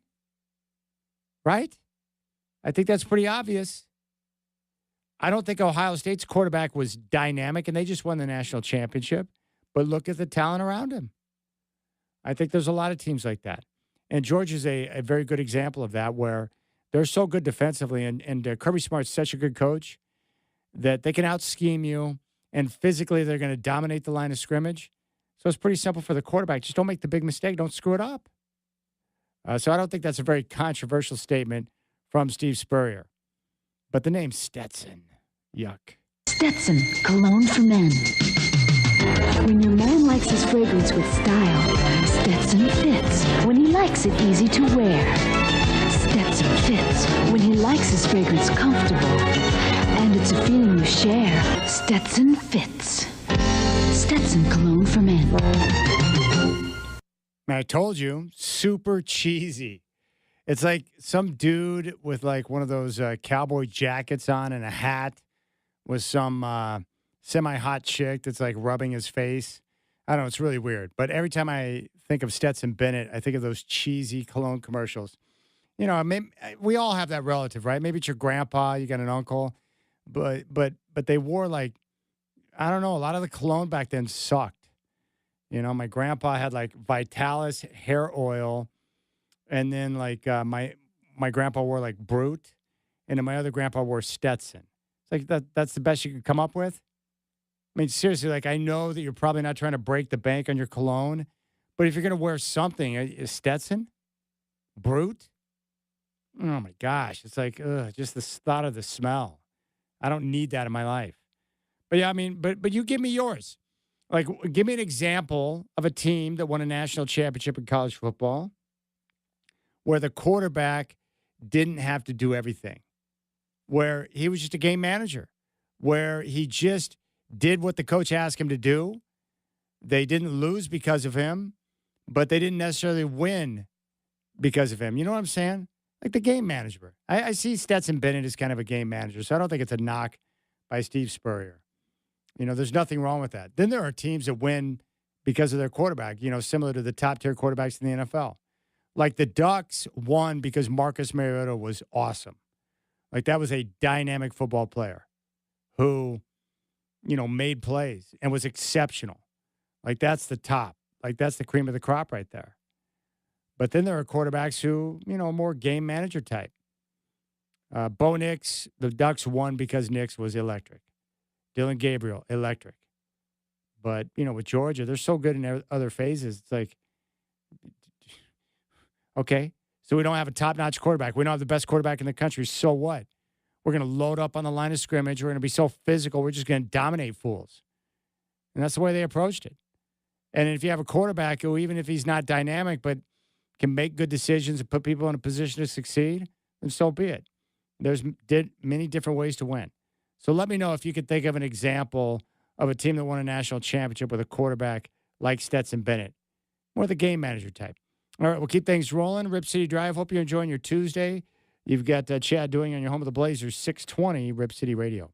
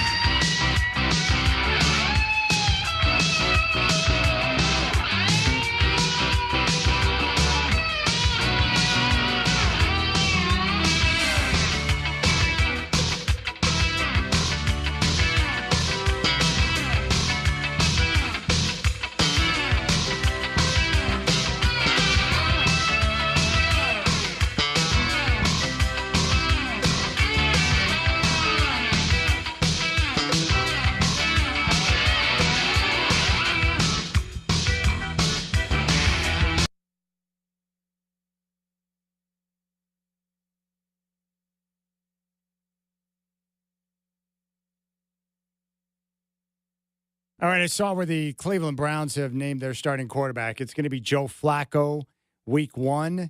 And this is no surprise. Joe Flacco's got the most experience of everyone on the roster at quarterback for the Browns. He's been there and done that, and I think he gives them the best chance to win week 1. Now, take a look. If you look at the Browns' schedule to kick off the season, their first 6 games are absolutely brutal. I mean, just brutal. Scheduling is really important. And when you're on the wrong side of it, it can put you in a hole, especially if you got question marks at certain position groups. But check out the Browns' opening slate the first 6 weeks of the season. They open it at home against Cincinnati with Joe Burrow. The next week, week 2, they travel to Baltimore. Back home on the 21st of September to face Green Bay. The next week, they're in Detroit to take on the Lions before they come back home on October 5th to face Minnesota. And then finally, on October 12th, they travel to Pittsburgh to take on the Steelers. And then finally, in week 7, they come home to take on Miami. So the first 6 weeks, Cincinnati, at Baltimore, Green Bay, at Detroit, Minnesota, at Pittsburgh. That is a brutal schedule. And if you're the Browns, there's a couple of different ways to look at this. One, Joe Flacco is not the future. He's not going to be around much longer. It's unlikely he'll be able to last the entire season because of his age, so he might get hurt. So what are you doing wasting time by playing Joe Flacco? Why not put out Dylan Gabriel or Shedeur Sanders to see what you have and then develop them? And my guess is the Browns quarterback of the future is probably not on the roster. They're probably looking at the draft next year. Maybe Arch Manning if he comes out, or maybe somebody else. Unless Shedeur Sanders can prove that he's the guy. Kenny Pickett's not the answer. And he likely won't be on the team, but it's not Kenny Pickett. Dylan Gabriel, I love everything from the shoulders up. His demeanor, his leadership, his smarts. He'll run the offense the way that the coach wants him to. He's accurate. But the problem is at his size, and he is undersized, he doesn't have the dynamic athleticism like a Kyler Murray. And there's going to be situations where he's not going to be able to see the field clearly over the middle of the field, and he won't be able to deliver the football on time and on target. And, that's a problem. So I definitely don't think the answer is Dylan Gabriel. But I would at least like to see him play. Now, with Shedeur Sanders, I think he's the best of the young guys on the roster. I like his toughness. I like his creativity with his movement. I think he's got an above-average arm. He's accurate, and he's got those leadership qualities you want to see in a quarterback. Like that, he's got some magic to him. So I'm a fan of Shedeur. The problem is he brings a little bit of baggage with all of the celebrity hype that you probably don't want as a backup quarterback. But at some point, you need to get Gabriel and Shedeur on the field to be able to know what you have. But I think the reason why Flacco is going to start is because you have a veteran-laden team, especially on defense. You've got a lot of guys who will put in the work throughout the course of the offseason, get ready for a brand new year. You've got a brutal schedule to start the season. These veteran players do not want to know that you're punting on the season right out of the gate. And if you do that, you're going to risk losing your players. And everyone on the roster, football guys are smart. They've been at practice. They've been through camp. They know who gives them the best chance to win. And it's Joe Flacco. So you start with Flacco, and you give those guys, all the veterans who have put in the time, who have the talent, you give them the best chance to win football games. And then, after the first 6 weeks, if you're 0-6 or you're 1-5, and you get off to a slow start, and then halfway through the season you got 2 or 3 wins, then you know it's probably time to go ahead and move to the youth to get a look at Shedeur and Dylan Gabriel. I mean, I think they're playing it the right way for what they have. The problem is what they have. Joe Flacco, Kenny Pickett, Dylan Gabriel, and Shedeur Sanders. But that's why you see them going with Flacco. You've got to show respect to your veteran players. You've got to give them a chance to compete out of the gate. And then we'll see what the Browns are able to do through the first 6 weeks. But that is just a horrendous way to start the year. 6 games. They could be 0-6 out of the gate, and then it's going to be a long season. I mean, they'll probably win a game or two, but they're staring at 1-5, 2-4 out of the gate. I mean, that is tough. And we'll see what Flacco can do. But there's no question he gives him a better chance to win. And so that's why the Browns are doing what they're doing. Now, I mentioned earlier, Caleb Williams, very impressed with what I saw in preseason action against the Bills a couple of days ago. I think if you're a Bears fan, and I've got plenty of those that listen to the show, I think you can feel a lot better about where things sit right now. And that's because of the way he was able to function in the action that you saw against Buffalo. 6 of 10, 107 yards, touchdown, no mistakes. Most importantly, the offense ran on time, and he was on target. And he had a couple of layered throws. Like he did things the way that Ben Johnson would want him to do. And that's what it comes down to for Caleb Williams right now. We know he's got the talent, the physical tools. We know he can move and be able to improvise and buy time. But for him, it's all about, making sure that he runs the plays the way that the coach has designed, that football is coming out on time and on target. But it's a hard transition for guys from college to the NFL because you're used to, playing a certain way against a certain type of athlete. You can get away with a lot in college when you're a superior athlete like Caleb Williams. But in the NFL, you don't have the same luxury because the guys that you're facing are great. You have athletes across the board. And if you're late with the football, if you try to buy too much time, if you hold on to the football, you're going to take a sack or you're going to turn it over. And part of being a great quarterback is avoiding the mistake. The big mistake that puts you behind the eight ball, that puts your defense in a bad spot. Sometimes the great quarterbacks, Patrick Mahomes, Peyton Manning, Tom Brady, name whoever you want, they're just as good at avoiding the mistake as they are at making a big play. Meaning, if you have a play set up and it's a disaster from the get-go, chuck the ball on the ground. Dirt the ball on a screen that's not set up to succeed. Don't force the ball over the middle of the field. Don't throw it late over the middle. Throw it out of bounds. Get out of bounds. Get down. Live to fight another down. It's okay to punt and play field position. It's okay to let your defense do what they're supposed to do. But I love what Ben Johnson has done because, he came in taking over for Eberflus, and that was a mess. He was fired before the end of the year. But what Johnson has done is come in and laid a foundation.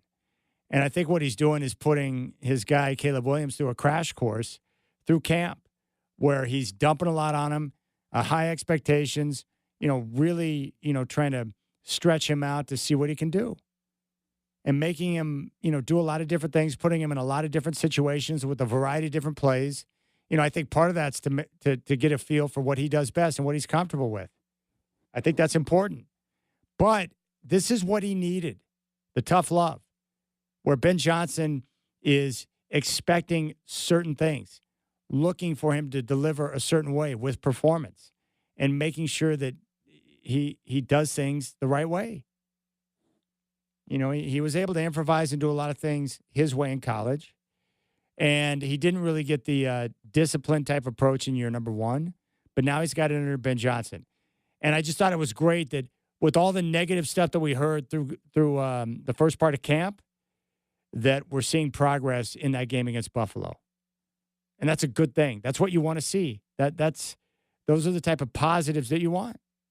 So if you're a Bears fan, you should feel happy because it looks like Caleb Williams is making progress. And if he continues to run the offense on time and he's on target, the Bears are going to be in a good position because they've done a good job of building that roster and putting better players around Caleb Williams, especially on the offensive line. So I think you should feel pretty good.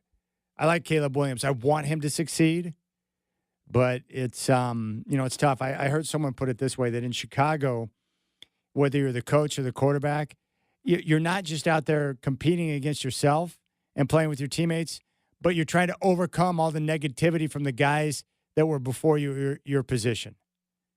So for Caleb Williams, he's trying to overcome all the quarterbacks that failed before him. And there's a lot of expectations, a lot of pressure being the number one overall quarterback taken. But, we'll see how things shake out. But I was impressed. I was encouraged with what I saw. Now, with this final week of the preseason coming up, I don't expect much of any starters to get action. I think teams will play their young guys. They'll avoid getting their starters out there to avoid the big injury. And then you'll see a bunch of guys out there who are battling for a roster position, grinding, fighting, and trying to find a way to get it done. But I'm encouraged with what I saw from Caleb in that play against the Bills, in that start against the Bills. especially when he had to take over at the 8-yard line after the muff kick. He goes out there in a tough situation, right down the field, boom, touchdown. Great way to go. After all the negativity, all the reports, he comes out there and puts together a terrific game. Now, I would caution Bears fans, you did not win the Super Bowl. There's still a lot of work to do, and there's a lot of growth, for Caleb Williams, but definitely moving in the right direction with what I saw against Buffalo. All right, when we come back, I had someone ask me about it again. We're going to do one more full-on college football preview. In case you missed it, Phil Steele will give you his breakdown on everything. The Ducks, the Big Ten, the Oregon State Beavers. Who is his pick as number one? You're going to find out next. You're home of the Blazers, 620 Rip City Radio. I appreciate your time. Chad Doing, you got the Rip City Drive.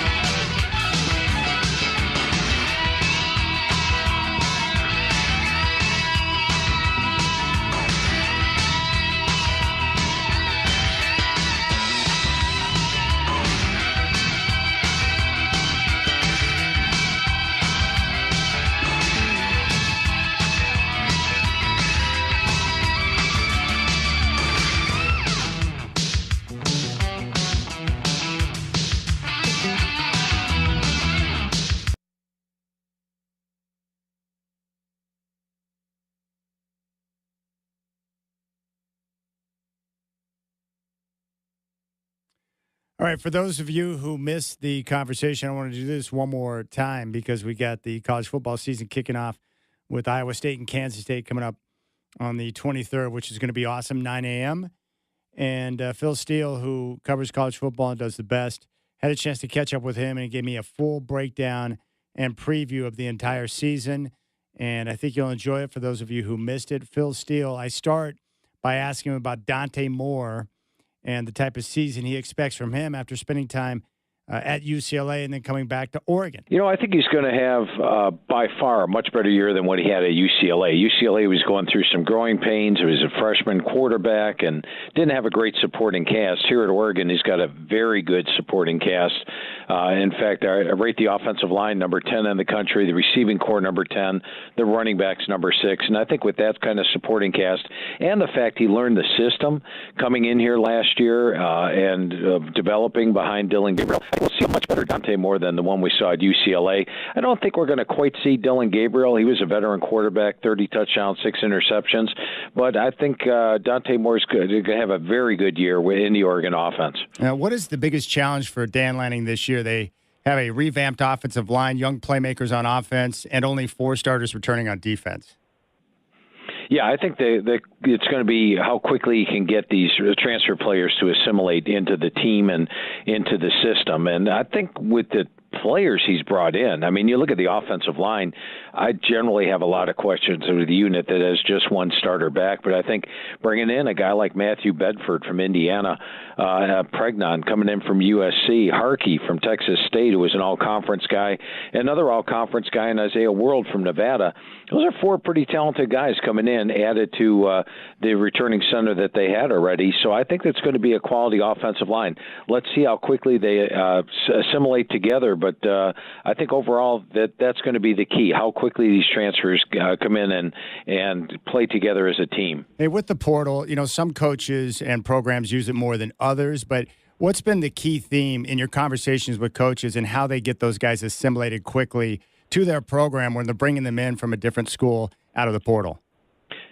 Experience is the basic thing that I'm learning, and what you can bring the guys, the highly recruited guy that hasn't played, bring them in. But if they've got experience, that is the main and quickest factor to get somebody brought in. And in fact, I'll tell you, Chad, going through the rosters with the coaches, I have found a higher percentage hits. In other words, players that come in and contribute right away with the FCS players that are coming up. They love the training table. They love the weight room. They have the experience level, and they've got a chip on their shoulder. And those guys actually have a higher percentage of hits than do the star players that haven't played yet and are transferring in your conversation with Lanning this year, what's jumped out at you in terms of the work he's been able to do over the last 3 years? Just going over the roster with them and seeing the amount of talent this team has. I mean, a team like Ohio State, you expect when they lose a lot of players to the NFL draft that they're going to have talented players ready to take over. Oregon lost 10 players to the NFL draft this year, but I love the overall talent level of the team. So I think going over the team with the coach, when you get to the second string, you're like, wow, that's a pretty good second string. Get to the third string, you're like, okay, they've got talent here. Just the overall amount of talent that he's accumulated on this roster is very impressive. And looking at the Ducks' schedule, they got to play that tough early game late September at Penn State, but everything else seems to shape up pretty well. How do you think about the slate in terms of the games they have to play? Yeah, I go through every year, Chad, and after the magazine goes to the press, I go through every game for the upcoming season, pick out who I'd have favored, who I'd have an underdog. I've got the Ducks an underdog in one game at Penn State, and it is a tough situation for Oregon at that point because not only is Oregon playing a 5th straight week and traveling across the country, coming off a game against a rival Oregon State, but Penn State's off a bye. And I think Penn State's having a whiteout for that, if I'm not mistaken. So it's a lot of factors in Penn State's favor. But all the rest of the games, I think the next toughest game on the schedule would be playing Iowa in Kinnick. But I've got that one rated as a toss-up. So I think it's a pretty good schedule. Third toughest game is probably Washington because we know the Huskies are very tough at home. Yeah, there's no question about that. Elsewhere, Penn State, as you mentioned, they're believed by many to be maybe the best team in the country. First time in 31 years you picked them number 1 in your magazine. Penn State feels a lot like Michigan from a couple of years ago. Majority of their starters are returning. They've got experience at quarterback and your top-rated offensive line in the country. How much will continuity and experience power Penn State this year? I think it's huge. And, Chad, I got to tell you, when I went through the magazine and did my predictions, I did put a little more weight on the teams that are what I call homegrown, or in other words, freshmen have developed all the way through the team, and now they're seniors. Teams like Penn State, a team like Clemson. Even, last year, Ohio State, people talked about the transfers Ohio State had, but the majority of that team came in as freshmen at Ohio State and left there as seniors. So it was a homegrown team as well. And I think that's a big advantage in college football nowadays. Now, with this Penn State team, you hit it right on the head, Chad. When you take a look at Michigan 2 years ago, a lot of players turned down the NFL, opted to return. Last year, Ohio State, a lot of players turned down the NFL, opted to return. This year, Penn State only lost 5 players to the NFL. They've got the veteran quarterback in Drew Allar. My top-rated running back core in the country was Singleton Allen. And keep your eyes on Quentin Martin and Corey Smith, a couple of true freshmen from last year, very highly touted. We're going to be talking about these guys as stars of the future. They'll get their feet wet. My number one rated offensive line. They did hit the portal in the wide receiver corps, which they needed to. They bring in Kyron Hudson from USC, Trevor Pena from Syracuse, Devontae Ross from Troy. This is a very talented Penn State team, both sides of the ball. And, people talk about Jim Knowles coming in as the offense or defense coordinator. The main thing is don't mess up that defense, because the defense was really good last year, and I think he'll do a good job keeping it very good this year. I rate him as the most talented team in the country, and as you mentioned, first time in 31 years of the magazine, I picked them number one. All right. We're talking with Phil Steele, the college football messiah. You can get your 2025 preview magazine right now. Just go to philsteele.com. Last year, Ohio State, as you mentioned, had a number of players return. They've got to replace some of those guys this year. What do you expect from the Buckeyes as they go out and try to defend their championship? The funny thing is they still have plenty of talent. You look at their quarterback, Julian Sayin. He was the number one rated quarterback out of high school. He is a redshirt frosh. He'll have some freshman mistakes this year. Receiving core, best in the country, led by Jeremiah Smith. Offensive line's got a good amount of returning starters coming back. In fact, 4 of the starters, 4 of the offensive linemen coming back started last year at times. The 3 of them were over 7 games. And then they bring in the top-rated left tackle from Rice.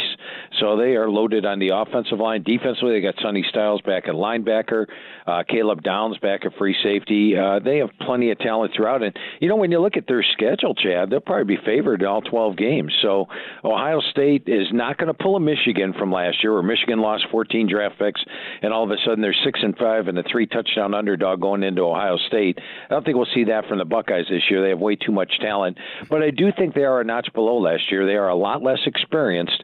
They're number 105 on my experience chart and do lose a lot more draft picks than they lost last year. All right. I don't know if we're going to have another Indiana, but what about a surprise team in the Big Ten this year? I'm just trying to apply your logic and your numbers. Illinois won 10 games. They've got, I think, 20 starters returning. Could they be a surprise team? Like, what else do you see a team that could rise up and surprise? Yeah, and as you mentioned, you're not going to find an Indiana, because Illinois won 10 games last year. So, Indiana was coming off a 3-win season. But they don't feel like a 10-win team. Illinois doesn't feel like a 10-win team, though. I would agree with you, Chad. And in fact, last year, they didn't. I didn't think they were a 10-3 team last year. I thought they were fortunate in a couple of their games, had some close wins, and basically didn't blow away a lot of opponents. Now, they did play a good bowl game against South Carolina, but this year's team is much better. And I think with Luke Altmaier coming back, they're the most veteran team coming back overall. You look at that offensive line. Bielema has done a great job building it. They got Fegan and Lowry in the backfield. This is a more talented Illinois team than last year's. Now they deserve to be in the conversation. But 2 teams I'll toss out at you. One of them's USC. And USC was just 7-6 last year. But if you go through their games, at one point they could have been 11-0, because the Michigan game, they gave up that 4th and goal at the end of the game and ended up losing a long run prior to that. The Penn State game, they led almost start to finish. Lost that thing in overtime. The Maryland game, they're kicking the game-clinching field goal. Would have put them up by 9. It gets blocked, returned to midfield, and they give up a touchdown in the final minute. Washington, twice they got stopped on downs inside the 10, lost by 5. They were basically 5 plays away from being 11-0 last year. Riley's got the best defense he's might have had in his coaching career on the field, and offensively they'll be solid, led by Maava. So keep your eyes on USC. And the other one that could surprise this year is Nebraska, and it's year 3 for Matt Rule. That generally means a 10-win season for him, right? Yes. And I thought when we saw their quarterback last year, Dominic Raiola, he started out really good. 9-2 ratio, 9 touchdowns, 2 interceptions, first 5 games, but 4 touchdowns, 9 interceptions the last 8 games. I think he's got a better supporting cast around him. He is now a veteran sophomore. I think you're going to see big strides from Raiola, and that means Nebraska could throw their hat in the mix coming off a 7-6 season and actually contend for a playoff spot. We're talking with the great Phil Steele here on the Rip City Drive. You can get your 2025 preview magazine right now. Just go to philsteele.com. I want to jump to the SEC. Bama, Georgia, and Texas are the 3 best teams, and that's what everyone widely considers, and I don't have a problem with that. But I'm just looking at schedules, and sometimes the way the schedule plays out is very interesting to me. Like, take Georgia, for example. This year, they're going to get Bama, Texas, and Ole Miss all at home, and they haven't lost a home game in what feels like 100 years. So how much is that going to help them in terms of their pathway to possibly winning the SEC when most people have Texas pegged as the most talented? Yeah, and you hit it right on the head, Chad. That's exactly why I picked Georgia to win the SEC this year as the schedule. And go back to last year. They had to play their 3 toughest opponents, Mississippi, Texas, and Alabama, all on the road. They lost 2 of those 3 games. Now they get them all at home. They haven't lost a home game in 5 years between the hedges. And plus Texas, they beat twice last year, and now they get them at home. And they're probably a more veteran team than Texas on top of it. That's why I picked Georgia to win it. But I think the most talented team may be Texas. Best defense in the country, Arch Manning. I think to live up to the hype, you'd have to have like 60 touchdowns and 2 interceptions. That's not going to happen, but he'd be one of the best quarterbacks in the country.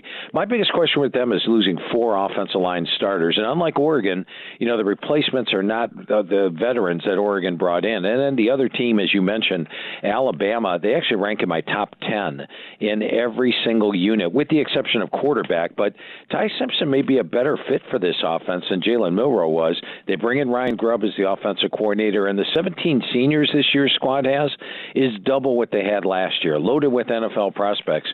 They're a very dangerous team this year. All right, your number 1 surprise team this season are the Oklahoma Sooners, who bring in John Mateer, quarterback from Washington State. We know the defense is legit. Why is Oklahoma poised for a big bounce back this year and maybe an outsider to reach the playoff? Yeah, I think they can make the playoff this year, and you touched on it. Last year, you look at their schedule, it was absolutely brutal, and they only had 3 SEC home games last year because the Texas game was at a neutral site. Now, this year, they only have 3 true SEC road games because the Texas game's at a neutral site. Their defense last year held opponents to 87 yards per game below their season average, and they were playing arguably the toughest schedule in the SEC. Well, as you mentioned, Chad, the defense is solid. 8 starters back, Venables nose defense. Their problem last year was offense. They had 0 returning starters on the offensive line. They were down their top 5 receivers due to injury at times, and the offense struggled. Well, this year they have a veteran offensive line. Bill Benbaugh, still the offensive line coach there, and he's going to do a great job with this group. They get the injured players back at receiver, and how big a difference does that make? Let's look at Clemson last year. Clemson 2 years ago had a banged-up receiving core, and then last year they got the injured players back. They added in some key players, and all of a sudden Cade Klubnik went from 19 touchdowns and 9 interceptions to 36 touchdowns and 6 interceptions. It's amazing what a receiving core will do for you. Well, this year's receiving core goes from a weakness to a strength with players like Deion Burks, an NFL prospect. They also add in Jade Knott at running back, who was a top running back in the Pac-12 2 years ago, banged up last year. And as you touched on, John Mateer at quarterback. And they bring over Ben Arbuckle as offensive coordinator with them from Washington State. So I think with a better schedule, still a difficult one, but a much improved offense, the same defense, and a solid special teams, I think they've got a shot at contending for a playoff spot. All right, Phil, I want to turn my attention to Oregon State in the Pac-12. I'm a big fan of Trent Bray, but we all knew that Washington State and Oregon State were going to struggle last year, kind of left for dead after the conference disbanded, and yet all those teams go to the Big Ten. And they found the resources to bring in a quarterback in Malik Murphy out of Duke. What are your thoughts on the Beavers this year in your conversations with Trent Bray? Oh, I tell you what, a much better year. And remember last year when I talked to Coach Bray, he was saying that the goal for the team was to make the playoff. And maybe we saw in the second half of the season, once that goal was out of reach, that, Oregon State struggled in the second half of the year. They also had some injury problems, of course, as well. But I think in the second year, and also one thing affecting them last year was the fact that so many players hit the portal. They only had 5 returning starters last year. Well, this year, it's year 2 for a head coach, and every head coach I talk to, hey, coach, what's it like this year? It's night and day from last year, Phil. We know the players know the system, blah, blah. So it is that second year for Oregon State. They add in Malik Murphy, who gives them a passing threat, something they really lacked last year. I mean, the quarterbacks last season, 7 touchdown passes, 11 interceptions combined. You can't win with a 7-11 ratio. The offensive line loses some players, but Coach Bray told me it has a potential to be good. You look at the running back core with Hankerson, I like that, and the defense is solid. When I look at their schedule this year, a couple of key games, home against Houston, at App State. Those are a couple of toss-up games in my mind, but the only games I've got them a clear underdog are at Texas Tech and at Oregon. This is a team that could come close to doubling last year's win total. I'm much more bullish on Oregon State. I love the home field advantage. We saw them actually lose 3 home games last year. I think that'll go away this year. They're going to win the majority of their home games, if not all of them. I think it's going to be a much better year for the Beavers as they transition into a real conference next year. All right, one quick question on the Beavs. Depth was an issue last year when they got hit with a rash of injuries, especially on defense. How do you look at the overall talent in terms of depth and what Bray has to work with this year compared to last?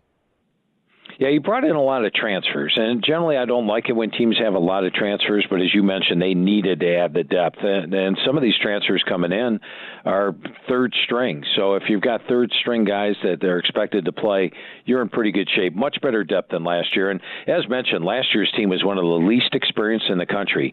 I had them number 127 on my experience chart. This year they're number 30 on the experience chart. That's a 97-spot leap, and a couple days from now I'm going to do a blog on philsteele.com, which talks about how teams that are vastly more experienced than the year before have a much better year.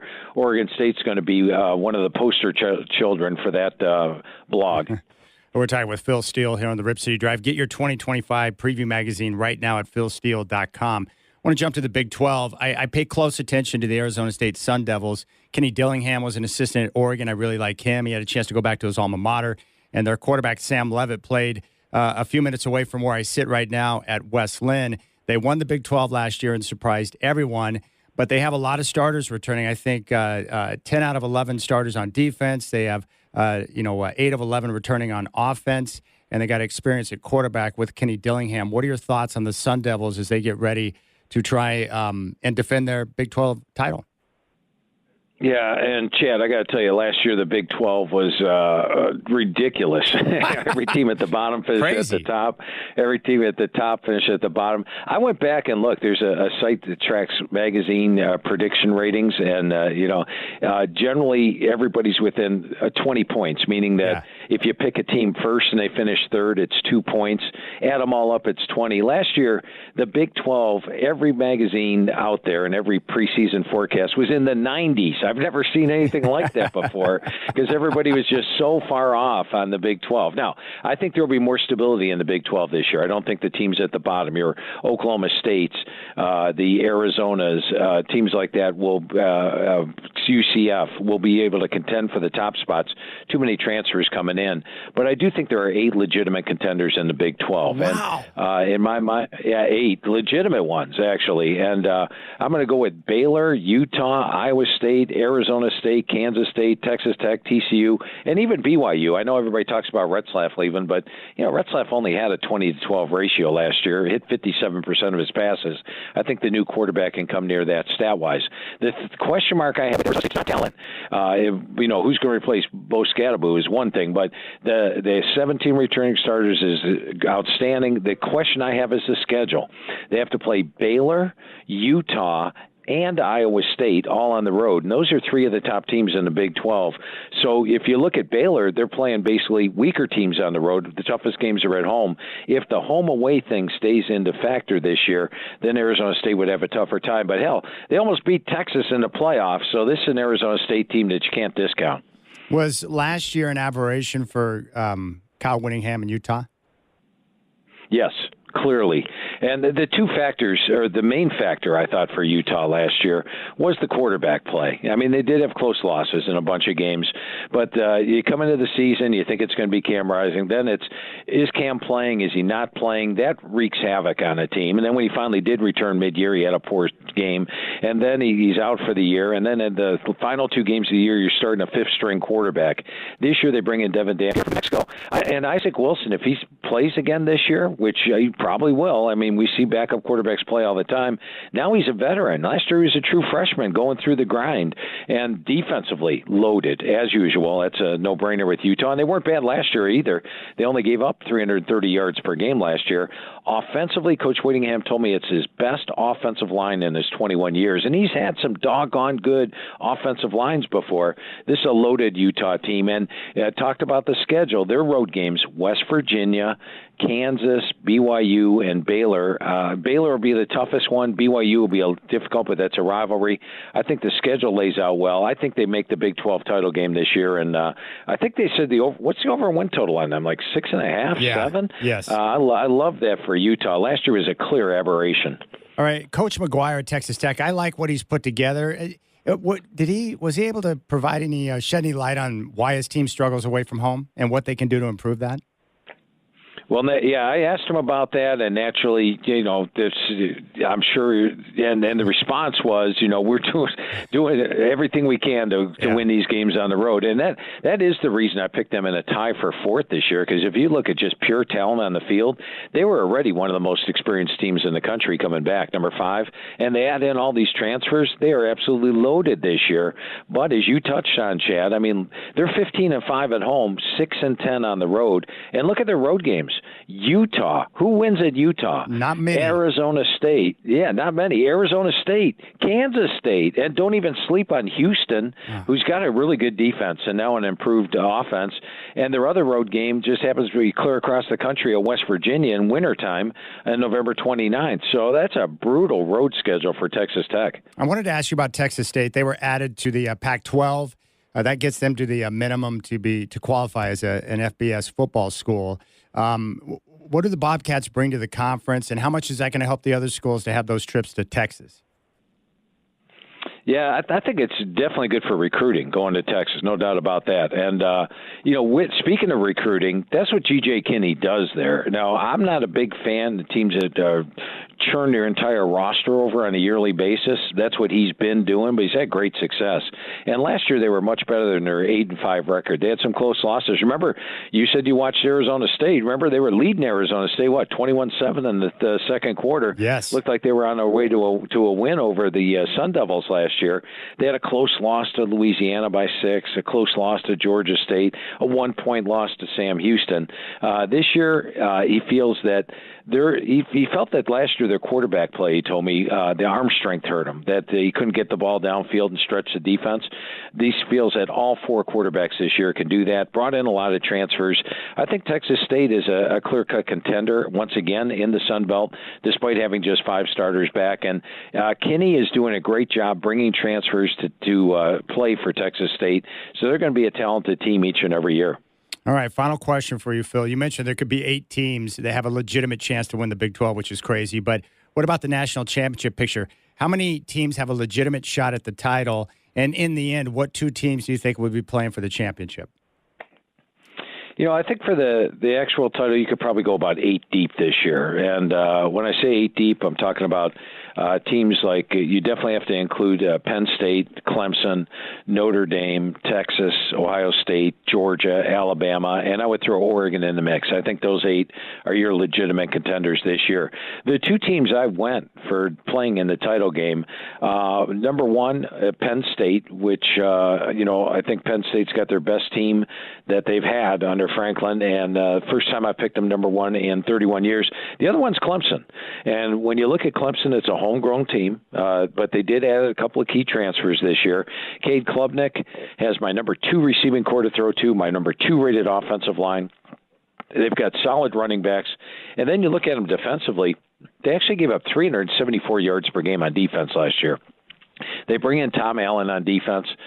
They have got there's 3 guys that are projected first round on defense. 2 of them up front, 1 in the secondary, and there's probably 3 more guys that are projected second round. So they've got NFL caliber talent. Tom Allen is a defense coordinator, and then you look at their schedule.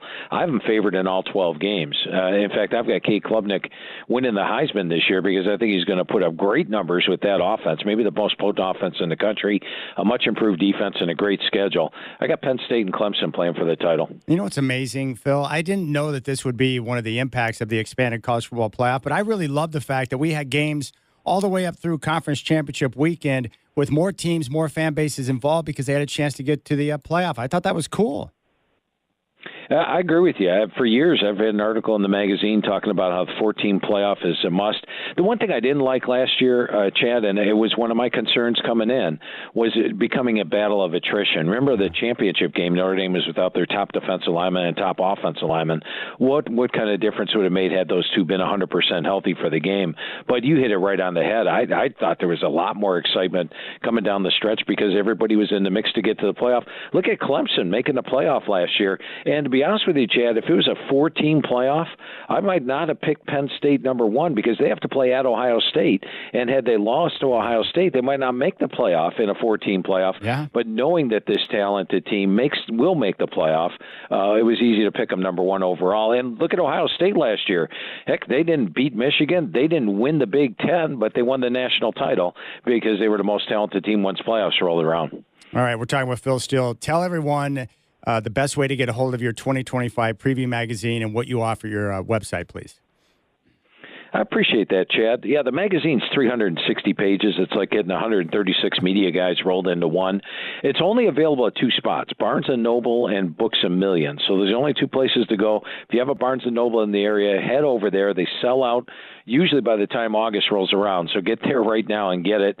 You can also go online to philsteele.com and get the magazine. And if you order it today, we'll ship it out tomorrow. When you order the magazine, I'm going to charge you a shipping charge. It cost me like $10 to mail this thing. However, we give you the digital magazine absolutely free, and that's updated all the way through September. We also have, Chad, a digital FCS magazine, which gives you 2 full pages on every FCS team. That's available at philsteele.com as well. So Barnes & Noble, Books A Million, or philsteele.com are your 3 places to go. He is the college football messiah. He is Phil Steele here on the Rip City Drive. Phil, I know you're busy with your 60-hour work weeks, but I appreciate the annual conversation. Enjoy the rest of your summer, and we look forward to football, my friend. Sounds great, Chad. I'm looking forward to a big football season as well. It's almost here, just about 3 weeks away. All right, I hope you enjoyed one final time with Phil Steele. When we come back, one little Week 1 NFL nugget for you before we kick off into the evening. You got the Rip City Drive with Chad doing on your home of the Blazers, 620 Rip City Radio.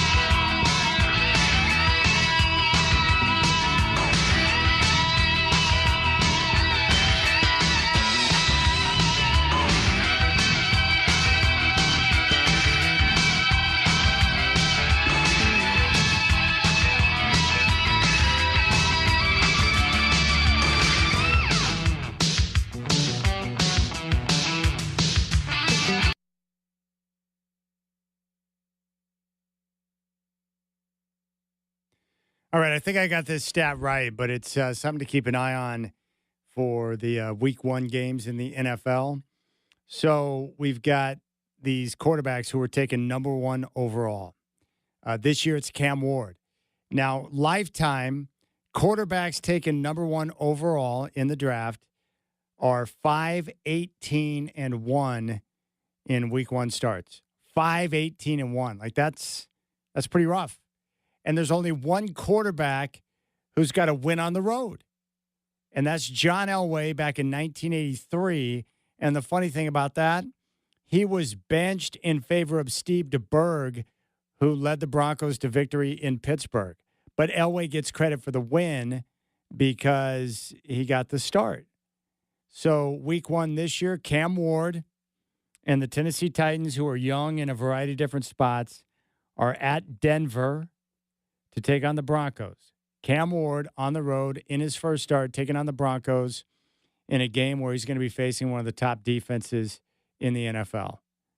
So based on history, based on record, based on opponent, based on the team that he has around him, my guess would be, with the Titans being a work in progress, that the Broncos are probably going to dominate that football game. But just think about that as you get ready for Week 1. Number 1 quarterbacks taken overall in the draft. 5-18-1 in Week 1 starts in their very first start. And only one quarterback, Elway, got the win on the road, but he was benched in favor of Steve DeBerg, who backed up like every top quarterback in the NFL. So interesting. Something to keep an eye on. But there you have it. Outside of that, just enjoying my summertime while it's still here. I've noticed the days are getting shorter. That's depressing for me. But we got a lot of sunshine and a lot of warmth coming up this week. And I just can't believe that we got football right around the corner. How sweet is that? It's pretty sweet, isn't it? And I'll update you tomorrow on the countdown to see if the beautiful officer submits the information on my ticket or not. But I would say right now that things are in my favor, that things are looking up. I feel pretty good about my situation. And like I said before, it's just nice to know that you could possibly get over once in a while. That's all. Just nice to know that once in a while you can get a break and have something go your way. Because sometimes it feels like things are always going against me, mostly because of my own stupidity. But you know what I'm saying. And I'll check again right now. Has it been submitted since the last time I checked earlier this morning? I can't believe it. I called the clerk. She's like, oh, yeah, if they don't submit it on time by your court date, it goes away. Really? Well, that's a beautiful thing, my friend. Thank you. I appreciate that information. And right now, it's got that little red writing at the top. We are sorry. We are unable to locate your information at this time. Please validate your entries or try again later. Okay. There you have it. Unbelievable. So, I don't know. I'm just excited about football season. Like I said, my sports go back and forth. Like right now, college football is my number 1. I can't get enough of it. But I'm really excited about the NFL because the Broncos, they're legit good. Can they win the division? I don't know. Now, I'm still leaning Kansas City because of Patrick Mahomes. I like what the Broncos have. I also know they are in a division with 4 tremendous coaches in Andy Reid, Sean Payton, Jim Harbaugh, and Pete Carroll. The best division for coaches in the history of the NFL right there. I mean, 4 Hall of Fame coaches. So I don't know. We'll see. But, man, it's hard to bet against Mahomes. It's hard to pick against Mahomes because he's so good. Like, as long as he is healthy, the Chiefs are a contender every year because of him. And that's how good he is. All right, so I appreciate your time today. Big thanks to Michael Shacker. And you remember, you can always listen live and podcast via our free iHeartRadio app. Go to youtube.com, pull up our homepage, Rip City Radio 620. It's a great way to watch the live streams of our local shows. You can check out things in studio, but also be able to pull up any old shows. It's all right there on YouTube for you. And if you want to text me or if you have a thought or you wake up with a thought or a question, you can always reach out to me on my cell. Just text me direct at 360-281-5473. All right, you guys have a great night. I appreciate your time on this Tuesday. We'll be back tomorrow with the Rip City Drive, and it's all right here in your home of the Blazers, 620 Rip City Radio. Have a good night, my friends.